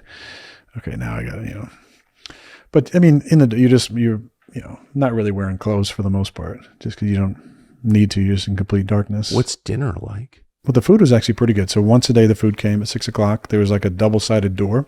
So he'd put the food in one side, close it, then I'd open, so there's no light, and you just like use your scent, like smell, be like, oh, that's soup. I'm having that for dinner. Oh, it was the food for the next day too. So okay, there's some apples. I'm having that for breakfast. Oh, here's some mixed nuts. I'm gonna have that for lunch as a snack. Oh, what is this? Oh, this is some sort of like pasta. Okay, I'm gonna have that for lunch tomorrow. It's like, so you're going through it, and you just like, you have all the time in the world. So you just like savor every bite and just eat super slow. And it's actually very meditative. That part was cool. I've done a lot of hallucinogenic drugs, not in many years, but I have when I was a child. And, no matter how weird it gets, you feel like, well, it's the drug, but when there's total silence and darkness, are you worried that something's going to rise up from within you and scare the crap out of you? Not really, because before that I had done, ayahuasca multiple times. I'd done psilocybin journeys. So I figured out what it was like to surrender to a process or a ceremony. So I kind of treated that the same way and just said, you know what, whatever comes up is what's supposed to come up. Like we say in doing Aya, like the medicine will give you exactly what you need. So I kind of took that attitude into the darkness and said, whatever comes up is what I need in this moment. So I'm just going to surrender to it. And it's like, it's weird. I'm not on my phone. There's no distractions. There's really no sound. Like every now and then, like in the afternoon, a plane would fly by above. And I was like, okay, it must be afternoon, and then at 6 o'clock, you knew it was 6 o'clock because the dinner would come. That's the only reference for time that you knew. But I just surrendered to the process and said, I'm here for a reason. I've paid for this. So I might as well enjoy this experience. And I did. It was fun. Did you feel like a medieval prisoner locked in you weren't locked. Dungeon? I could leave at any time I wanted. So the door was open. So if I wanted to leave. Did anyone else make it 5 nights? Yeah. A lot of people. And somebody was coming out actually when I was going in who'd been in 30 nights. I could not believe that. Because I wouldn't want to do that. I mean, like, I think a 48-hour reset would be interesting, but even 5 days, 4 nights was like, okay, that's enough. Last How did day, the person look? I mean, I didn't see them, but I heard they were a little bit depressed, which I can imagine. Are you kidding? Yeah. I heard your story on Rogan though. Like you definitely dabbled a little bit in some psychedelics. Did you? Oh, a lot. Was there ever any like real major breakthroughs that like stuck with you, or was it a lot of just like tripping? I mean, I was going to dead 15 shows. 15 years old, But still, it was a different country. It was just, it's so long ago and far away. It's hard to believe it's real, but yeah, for sure. I mean, but that was like in the 70s, right? 80s, yeah, mid 80s. And I just grew up in a world where certain drugs were much more accepted than they are now. I'm not saying that's good, but at all, but different time. But yeah, no, I've done a lot of that. And I decided, a long time ago, I haven't had an Advil in 22 years. I'm the soberest man you'll ever meet. But I was afraid. One thing I learned was there's a lot of stuff swirling around inside you. And that's why the darkness retreat really struck me, because that stuff would rise right to the surface. And I'm not, comfortable being in touch with all of that. And some of it is chaotic and scary. And it's not clear how much of it is from within and how much of it is from without. I didn't really believe in the unseen world when I was doing stuff like that. So I didn't really consider it, but yeah, I saw some very scary things, and I was like, don't want to do that again. You know what I mean? So actually, I didn't get much out of it. And I remember once, while taking LSD, when I was 15, I was just too young to be doing that anyway. But I remember writing down like my profound thoughts as I was in the middle of this very, very far out experience, and they didn't make any sense. In fact, I found them in my barn in this building upstairs. I need to see that. Generations of family stuff stored. A couple summers ago, when I was like, I got to go through these boxes, various diaries from deceased relatives, and including my acid memoirs, which were really banal and fragmentary. Like, what does this even mean? I think I threw them away. I don't want my kids seeing that. But no, I didn't have any breakthroughs. I'll tell you, the breakthrough for me was sobriety, just because I partied too much. So having to face things without a crutch, I felt really, and admit, I think all growth and joy begins with admitting who you really are, being honest about yourself. Yeah, I agree. But darkness retreat would maybe too much honesty for me. No, you never know. So you said you thought about what your life would be like if you kept playing once another team, or if you retired. I mean, at some point you're going to retire, right? What are you going to do? I'm going to take a few deep breaths and relax a little bit, I think. I've been doing this for 25 years, playing football, 20 this year in the NFL. I've been mildly famous for the last, 20 or so, 21, I guess. I'd like to just take a step back and just, enjoy life in a different way. I'd like to be a father at some point and take on that chapter in life, which is exciting to me. But how hard is it to date when you're as famous as you are? Oh, it can be hard. Yeah, it can be hard for sure. But I think in general, you become a pretty good judge of character over the years when you make mistakes and trust the wrong people, and whether it's business or personal life, you can sniff some things out pretty quickly, I think. But you never know. And you met your soulmate when you were 15, right? Yeah. The most beautiful thing about that, which is the hardest thing about relationships in general that I've seen with my friends, is how do you grow together? That's right. Because you're a different person, 15, 20, 25, Completely. 30, 55, but finding someone who's willing to like grow with you and be in what you're into, and that you have your own separate life, which is beautiful and big and full. And then you can come together and not having to find your like full identity in that other person, I think is really important. So, it's just trying to do all those things. I've really just been trying to work on myself and ready myself, because I've, been way too codependent in relationships in the past, where I've kind of lost myself to like hold on to this idea of what I think a relationship is. Yes. And it's just it hasn't been sustainable for me. But I'm confident that there'll be a time when that comes together. And until then, I'll just be enjoying myself. Since you spent the majority of your life famous at this point, what do you think of that? What do you think of being famous? It has its pluses for sure. It's not ever anything I signed up for. I just love to play football. Yep. And my fame grew really around the same time. We won the Super Bowl, and then I did a State Farm commercial. And it's actually true. It's funny, but it's true. Like I became the State Farm guy at the same time I became a Super Bowl champion and an MVP ultimately. And my life from 2011 on just really took a whole different change. Before that, I was recognizable, I would say. After that, I was famous. Yeah. And I was like the famous football player, also ad man, pitch guy for State Farm. So more people knew me, and I love my privacy. And that got totally kind of taken away. So so I went through, I don't know if you felt like this, but I've definitely gone through phases of being a recluse for sure, where I just don't want to go out, don't want to see anybody.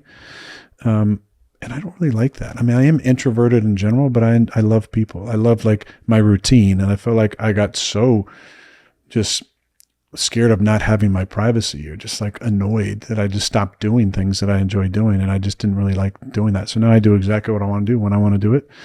And try and have a little bit of sense of humor with some of the reactions that come from people, or situations where I can't just have privacy, and just find a little more humor in it. It seems to transmute some of the frustration and fear into joy in those moments. What about you? I mean, I could write a book on it. Yeah, I'm not into it at all. But yeah, you can definitely become a recluse for sure. Some people, though, in your business and my business, kind of signed up for it. That's what they want. Yeah, those are the saddest of all people. You want to be famous? You want to be loved by people who've never met you? Plus, like kids these days are saying, what do you want to be when you grow up? It's not a fireman or an athlete or something. It's famous or an influencer. Well, to influence people, I think, is a great honor. And but that's not what they're talking about. And can be a joy. Yes. Right. But to be well known is, no, of course, it's a nightmare. There's no upside whatsoever. And if you find that important, then you're a hollow, sad person. That's like, what is. But one thing I noticed about famous people, I've always noticed, as having spent a lot of time around them for the last 30 years, is they all know each other. You ever notice that? Yes. Yeah, there's a knowing. I think you kind of know what that person's going through. So there's a base level of like, oh, we kind of know how to navigate this life in a similar fashion. Yes. So there's like that, just closeness, I think, that comes with an initial meeting of like, oh, we probably have similar experiences. So there's like that connection kind of off the bat with that. I'm sure you feel that. Yeah, I have a big family, so that really helps. So yeah, I don't have that many famous friends, but some. But I don't know. I was looking at your board over here. Well, I've had a lot of people in this barn. But when you're going through, like, for example, when you tested positive for Rona and then you admitted that you were part of the despised unvaxxed, that you were a criminal. Immunized, and the world just like comes down on your head. Yeah. And your agent, I don't know if your sponsors are calling you, maybe. Yes, they are. Yeah, of course they are, right? And I'm sure the league is calling you, and you're just under bombardment. Who do you talk to about? Do you have people in your life who can buck you up? Yeah, I have a great support system. I think the last couple of years, and I'm sure you feel the same way, but the last 10 years, but every year it seems to get even smaller, but the circle kind of constricts a little bit. And there's less people who know exactly what's going on. Yep. And there's just a really tight knit group of Yes. the inside of the inside. And there's a beautiful group outside of that who you love and you talk to and you spend some time with, but they don't know everything. And they don't get to, because there's just certain things that's only meant for a really small group of people. Amen. And I love that. And so those people are my rocks, and they're not yes people. They're people that can tell me exactly what's going on and what I need to hear, not what I want to hear. But there's a really small group of those people. So you keep the ass kissers out of your life. Yeah. There's a lot of them. Oh, I know. Yeah. They want to be involved. Would you rather be attacked to your face or flattered to your face? Probably flattered. You're an honest man. Attacked. It's like, because we were talking about this last night about, like, we can be in situations where you can't just have a normal conversation with somebody who disagrees with you, right? A lot of times it's that person's filming it or somebody else is filming it, or they're shit talking you and they want to get a reaction out of you. Ugh. So those, I don't shy away from those, and those don't like get under my skin.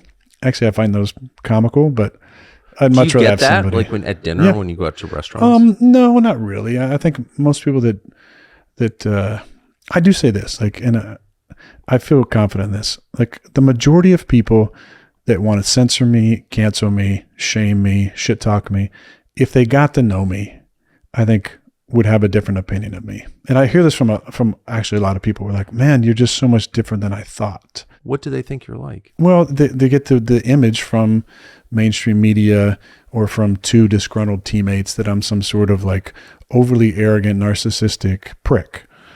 And then when you get to know me, it's like, oh, you're not really any of those things that you've been painted as, because you have to have a villain, and you're the villain now because you stood up to the government, and you're not, bought and paid for and beholden to all these other, things, and you're not quiet about your beliefs. So I think that's usually the common perception, and then the common reaction I hear from a lot of people who don't even actually agree with me, or who thought about me a lot of times a certain way. Often will say, man, I really enjoyed this time together, this dinner, or this conversation, and you're different than I thought. I'm always like, thanks, I guess. Low expectations, high deliverables. I thought you were an asshole. Yeah. Mm-hmm. By the way, I'm sorry, I totally forgot this. Our producers put all the stuff. I haven't even looked at any of it. They found this, which just amused the hell out of me. Remember how they were saying ivermectin was horse dewormer? Mm-hmm. I'm pretty sure I took ivermectin. Horse paste. This actually is... It's horse paste. Duramectin, ivermectin paste for oral use in horses only, though it does look like rectal use. Nice. That's the ivermectin dispenser. Love that. I love that. I'm going to keep that on the bar right behind you just to see if... Let's do the little shadow box. Let's get a little box for it to put up on the wall. That'd be awesome. So what do your teammates think of all this stuff? Most of them are really interested. I try and share a lot of my experiences, especially my failures as a young player, because I want to help these guys not make the same mistakes. So whether it's failure in hiring the wrong manager, or agent, or financial people, or just not be involved in my business as a young person, or some of these guys, involve a lot of family members to handle like really important parts of their jobs. So just like sharing my experiences with those guys is important. Like don't hire your drunk cousin. Yeah, like, maybe keep family and business separate as much as you can, unless, your family member is like a certified, accountant or something, or lawyer or something, you trust them. Like, I think it's always best to kind of, keep some distance between friendship and business too. It's always can get a little bit dicey at times. I made many mistakes doing that, and try and share those experiences with them. My life, publicly, the things I talk about more now, as we're shifting, 4 years from, 3 years, I guess, from COVID, is more around plant medicine. So they're very interested in that, interested in ayahuasca and psilocybin and the effects and the fears. And they have a lot of the same fears that most people have around a bad trip, a bad journey, a bad time. And so it's fun to have those conversations. Many people reached out wanting to set up their own journeys, their own trips, just learn more about it. I'm an avid reader as well. So there are people checking me about, books to read and recommend. And so I love doing that with some of my teammates. And so I might start them with The Alchemist, start with that one, and maybe send them to a crack hour book, or send them to a self-help book or something, or maybe a book about medicine. But yeah, we joked there was a group of us in the corner of the locker room that we kind of called the brain trust. So the four of us start talking, you'd see like somebody come pull a chair up, another guy would come over and pull it, like next there's like 10 guys just kind of listening to what we're talking about. And guys are eager to learn, people from all different types of backgrounds and walks of life. And that's a lot of fun. I think to be relatable to those guys, you got to first share your failures, share the things you wish you'd done differently. And it's like, I would guess it's like a parent where you don't want to save them from everything, but you like to stop them from making, big mistakes that could really affect their life down the road. Some lessons they got to learn on their own, but there's some things that I've fucked up on that I'd love to share with the guys so they don't make the same mistakes that I did. Are you going to miss it? Yeah, for sure. I miss the guys. Like going to Derby this last weekend, the best part, and with all respect to the horses and Churchill Downs and all that stuff, the real point of the trip is the camaraderie with the guys. And it's most guys I played with, and a lot of guys I only see maybe once or twice a year. And this is kind of one of those events. And like, we just share stories and laugh about the same stuff and catch up on family and kids and injuries and body and health and the newest hacks that they're working on. And one of our guys, who was my center for a long time, Corey, and he played at like 305 pounds. Now he weighs 235. So like seeing him healthy is awesome, and talking to him about his life. He's got 4 kids now and a beautiful wife. And that's the fun part. It's just seeing these guys once or twice a year and just like keeping that close bond. Is it weird to be the last guy standing? It is weird. I mean, you're the last guy from your year, right? I'm the last guy from my year. I'm the last guy in that group. That's the big group that's playing. Devontae Adams was with us, and Devontae's still playing. It's going on his 10th season. But yeah, like all the guys that came in the league are gone. Like long gone. Long gone. But I transcend a lot of stuff. Like we had dinner Saturday night, and a few of some young guys came over, and one of the guys was Ray Lewis's son. And to tell a kid who's not a kid, he's in his 20s, like, I played against your dad, that feels kind of weird. Yeah, that is weird. Yeah, it's crazy. What's the truth about CTE? Well, the truth is our sport is dangerous. Well, yeah. Yeah. The truth is our sport is dangerous. The truth is that there's minor brain injuries that happen every single game, I would assume. There's collisions. It's a collision sport. And I think it's important that we really pay attention to how our bodies are responding. The league is, and the agreement with the players has gotten better every single collective bargaining agreement, which I think I've been a part of 3 now, where they've done a better job of taking care of older players. But back in the day, even when I was a young player, you get dinged in the head, hey, just let it clear. Or you see stars, oh, that's fine. Like Favre, he talked about all the concussions that he's had. Yeah. He would never come out. It was just like, oh, you got dinged, you seeing stars, that's fine. Just like let it pass and go back in there. Have some more Gatorade. Yeah, some yeah. How about that? But I think we're doing a better job of safety, and the equipment's better, the helmets are better, the diagnoses are better. Are people worried about it, do you think, younger players? I don't think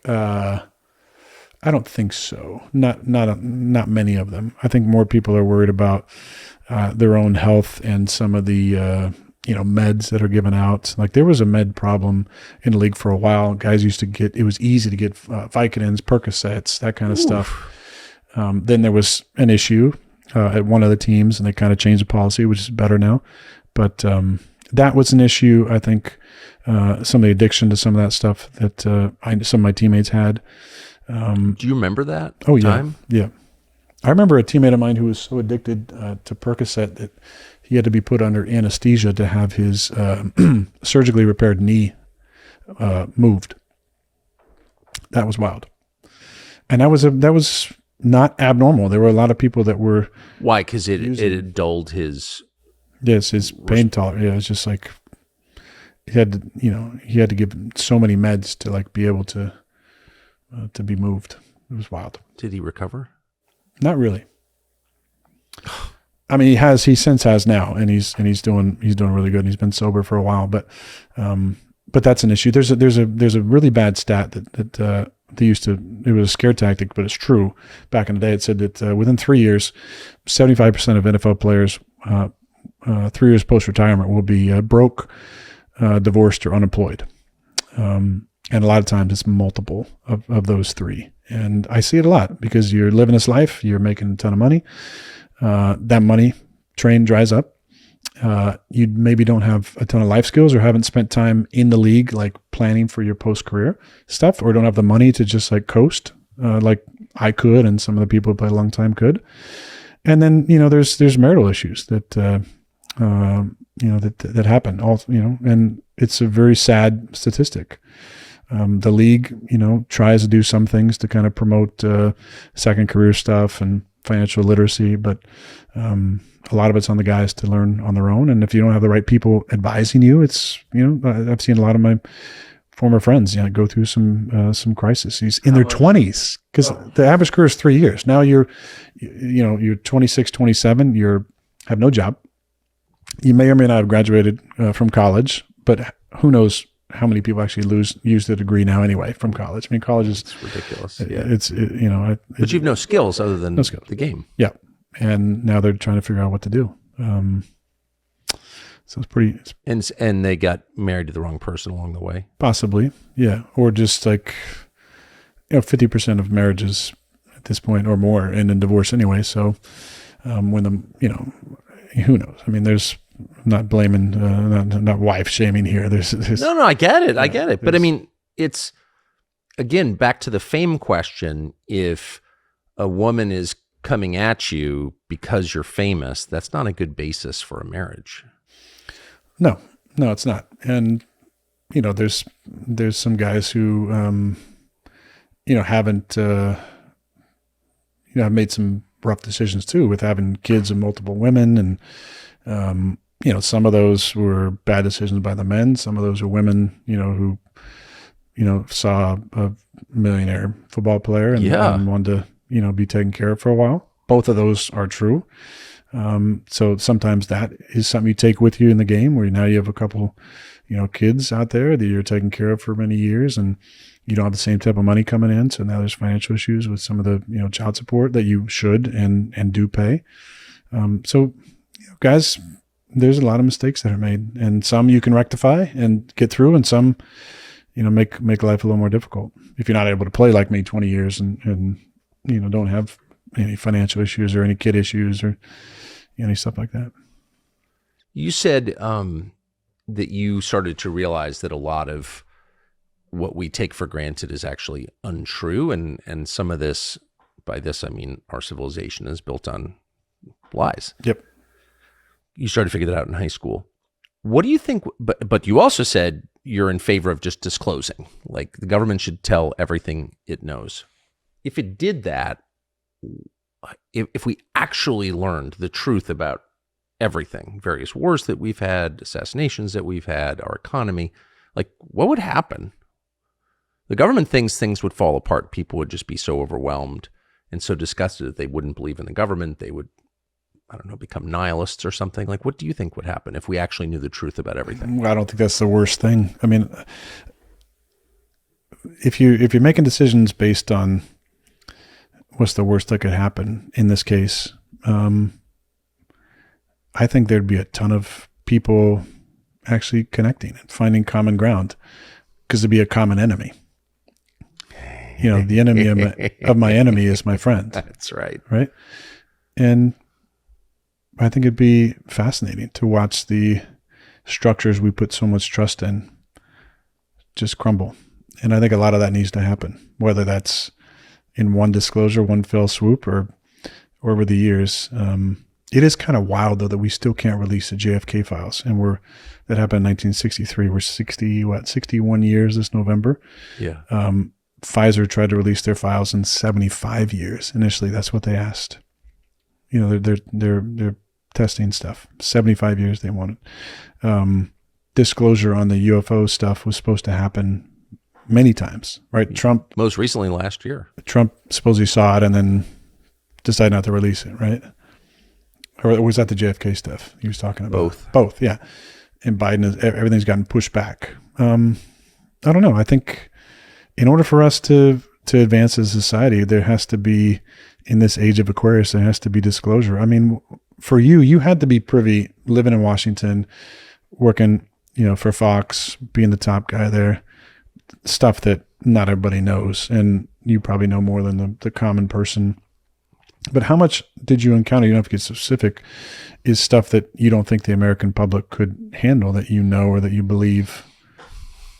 I mean, I agree with you 100%, and I thought that was so nicely put and so smart, that if you knew the truth, your belief in lies, of course, would evaporate. You'd no longer believe the liars, and that's not a bad thing, but that you would be united much more than we are now with your fellow Americans. And I think that's a wonderful way to look at it. I think that's absolutely right. Yeah, I said enemy of my enemy, but it's like, I'm not enemies with, a Democrat or a Republican. I'm not enemies with somebody that has different skin color. I totally get it. I think of that about race all the time. But they put us against each other. Of course.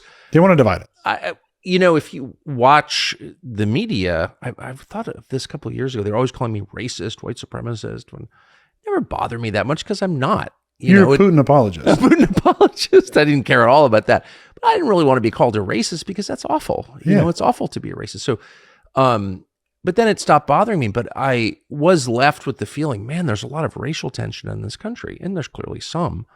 But I got to tell you, in the last, 10 years, I've not had one black person confront me about being racist. Not one. Not a single time. And I've also not heard people like angry about race in my personal life. Maybe it's just me. I think there's a lot less race hate than we're told there is. Much less. Yes. I think most people kind of get along with each other, actually, in this country. I believe that. And it's very clear to me that they're doing this on purpose, the people in charge, in order to keep us divided and angry and confused. So I agree with you that disclosure would have that effect. In my specific case, I feel like I've learned probably too much about a couple of topics because, and by the way, there's some things that I can't prove that I believe to be true, so I don't repeat them. But the UAP stuff, some of it is really distressing to me. What I believe to be true, but I can't prove it. But as I've said before, I think it's spiritual. I think some of these things are dark, anti-human. Probably some aren't, but do you think because there's potential anti-human properties that there's actually pro-human supernatural? Well, I think God's real for sure. And as evil flourishes, you also see it's obverse. You see good at work. You see God at work. I do in my life all the time in a way that I didn't say 5 years ago. I wasn't thinking like that at all. I'm a very secular person who grew up in a very secular world. Unlike you, I did not grow up in any recognizable church at all. And so I had none of those assumptions. But no, I think it's, in bad times like this one, there are miraculous and heartening moments. And I see that all the time. If we learned everything that the government is hiding from us, what would you be most interested in learning about? Well, I mean, JFK for sure. Yeah. I want to see those files because that's what got me into it. But I think the UAP thing. Would you be shocked to learn that Jeffrey Epstein didn't kill himself? No. I mean, how many Jeffrey Epstein type people are out there? Well, that's right. That's the real question. You mean people who've been killed, or people who are using sex as a blackmail tool? That. Yep. And then who's pulling the strings on that? Any guesses? Well, Ghislaine Maxwell has a lot of ties to the Mossad. Yep. That would make sense. I mean, Jeffrey didn't seem to get some of the appointments he was given in prominence based on merit. Somebody was putting him in the right spots. But I don't think he's the only one. I think there's a problem, a weird, bizarre problem, really, that has a weird sex component to it with some of the elites, and there's a pedophile component to it as well, which is really sick. And there's some prominent figures who are in the spotlight as of late. I would like that to be exposed. But Jeffrey Epstein had the goods on everybody. So there were a lot of people that didn't want him to be alive. And then the whole, wild story around, multiple people being asleep and, him not being watched at the time is real convenient. And I just don't believe in that many coincidences. No. He was murdered in federal detention in Manhattan. I don't think there's any question about that. And people lied about it, including the then Attorney General of the United States. I think there's some weird correlations between and anomalies that, the Johnny Depp trial had eyes on it, crazy coverage, and the Ghislaine Maxwell trial had next to no coverage, no TV coverage, no nightly commentary about it, no traffic to nobody. I mean, they literally she is indicted for trafficking kids, and nobody who she was trafficking kids to got indicted. Or named. Yeah. And all the files that are out there still haven't been released. We have one testimony from one victim. That's all we have. When that came out, it was just literally like one victim. And there's hundreds of just in that little who flew on the Lolita Express. And there's a lot of super prominent names who are on the flight logs. What's the sex thing about? I mean, you've been in famous guy world for a long time, and you're from, like me, you're from California. So obviously you've been around well-known cultural figures, the elites. How long have you thought that sex plays a role? Well, not that long. I mean, I've just kind of, I've seen some interesting things. I bet you have. Been around some interesting parties and gatherings that are strange. Not anything like what it sounds like, a Diddy party.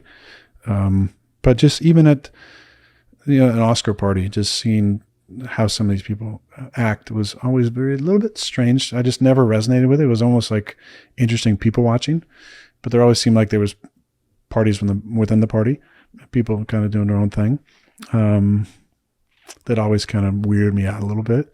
But getting into conspiracy stuff, then you know about secret society stuff and like stuff like the Bohemian Grove. Yes. And you know what Nixon said about the Bohemian Grove.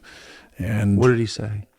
Well, you have to go look at his quote. His quote is not exactly, there's some. I think he said something like that they're all gay, right? Yeah, Something like that's that. That's basically what he said. Yeah. And the secrecy around that. And that's not the only secret society. There's a lot of really interesting secret societies, not just like the Skull and Bones at Yale, which has produced all those presidents, and the Freemasonry at its highest level. And there is a sexual component, I think, to a lot of that. Obviously, with Epstein, it was blackmail to get them to do what they want. I mean, how many people are compromised by that are in positions of power today? Yeah. I think you're naive to think it's none. And you said it on the podcast with Joe, the scary part for those people is that, and for us, is they could, put some on your computer to cancel you. They could set you up for something. Oh, of course. Thankfully, I don't watch porn. I've never been into any weird kinky stuff. So it'd be really, and I think it'd be pretty unwise for a prominent person to get into online porn because all that stuff is monitored. Yeah. I mean, what? Yeah, but I think a lot of those people probably are. You'd have to be an idiot. There's a camera on your phone and your iPad and your laptop. Yeah. Yeah. But I mean, didn't, again, there's weird anomalies with everything, but it gets used all the time, right? Like stuff like that gets used all the time to silence people, to quiet people. Now, whether that's legitimate or not, if it's legitimate, that's fucking sick and gross, and those people should be. If it's illegitimate, it's not real, and it's been planted, like that's a fucking shit sandwich. Well, kiddie porn, I always try and say it out loud just to indemnify myself, to protect myself against. I don't have a laptop. I'm not into porn or kiddie porn. I just want to say that out loud. Yeah, I'm gonna say the same thing. You do feel like never been into it. Whenever someone, I wouldn't kill myself. I love my life. If you can spend 5 nights with darkness, I think you're psychologically pretty healthy. Yeah. Like you're beating the averages on that. I feel like I'm pretty psychologically healthy, and I could not do that. But if you found out everything, you said faith in government would collapse completely. Yes. And that's a good thing. But would that be like the road to anarchy at that point? I think you might need some of that. Like what anarchy, I think, is always seen. You have to look up and give me the exact definition of anarchy, but the thought of anarchy is just like chaos. Yes, chaos. But it's more just I believe it's more like a belief in it's a doubt in the government's ability to do its job. Yes. At its core. Well, I qualify then. Yeah. I'm not going to call you an anarchist, but we need some of that. We need some more questioning. We need more disclosure. We need more things being brought out to light. We need more journalists doing their job and having the right conversations. I'm excited for you I can't even imagine who you're going to get on your podcast, because it's going to be amazing. You're the first one, and I'm grateful. So just 2 more questions. And then I have one at the end too. So the first one is,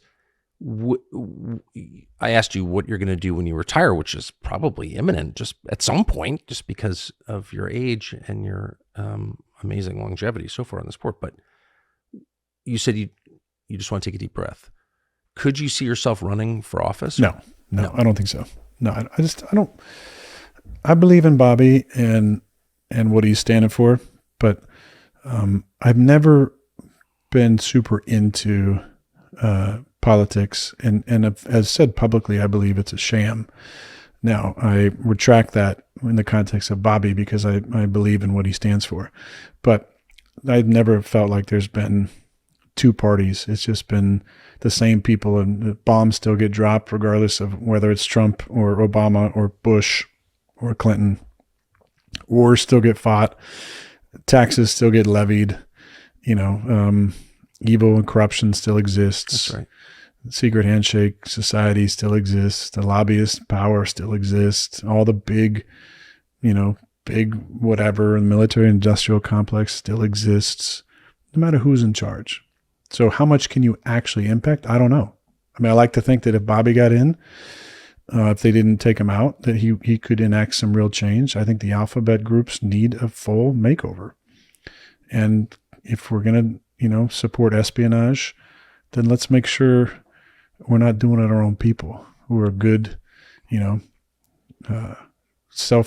conscientious, freedom-loving Americans. Yes. Republican, Democrat, Independent, Black, White, Asian, Mexican, whatever it is. That's right. Just great fucking people who live in this country. Leave us alone. Leave us alone. Yeah, stop spying on me. Yeah. Get off my computer. Get off my cameras. Get off my Ring camera. Take down all this stupid fucking CCTV cameras everywhere that are watching everything. And because the next step to all of this, people don't realize this, and this is the fucking facts, is China and what's going on there, and social credit scores, and your entire life monitored. Like, that's where we're going. Slowly. Jordan Peterson said, was doing an interview and talked about how does, I can't remember what the conversation was, but I heard him say this.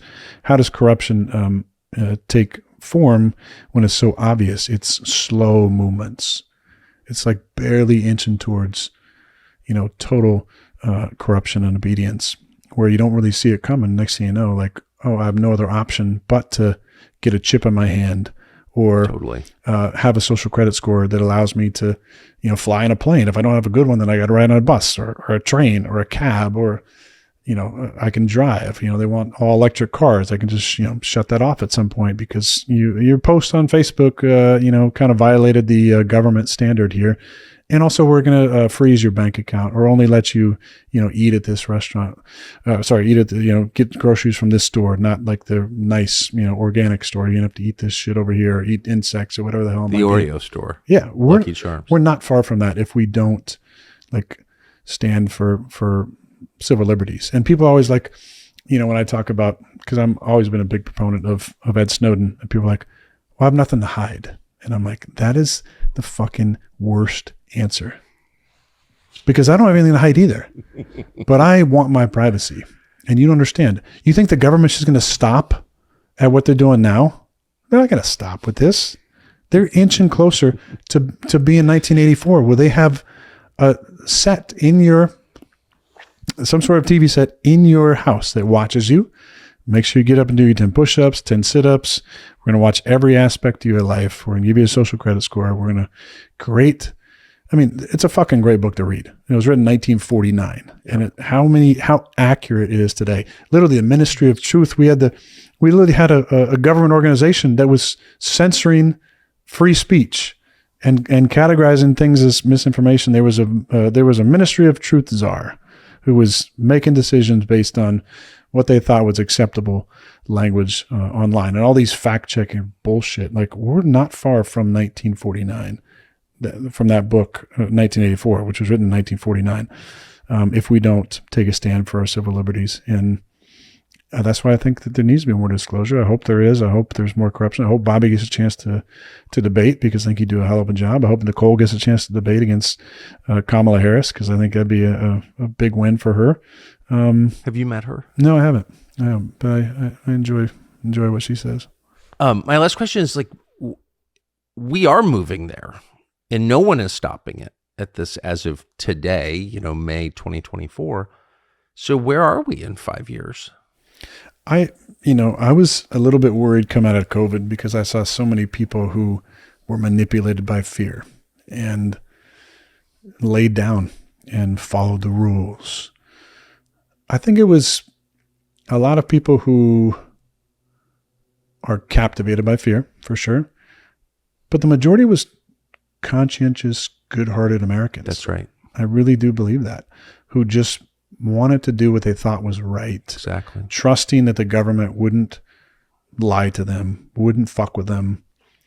And I think those people are waking up. And that's why I have hope. I really do have hope that we've learned our lesson, and that the powers that be, the evil, unseen world, overstepped a little bit too far, and that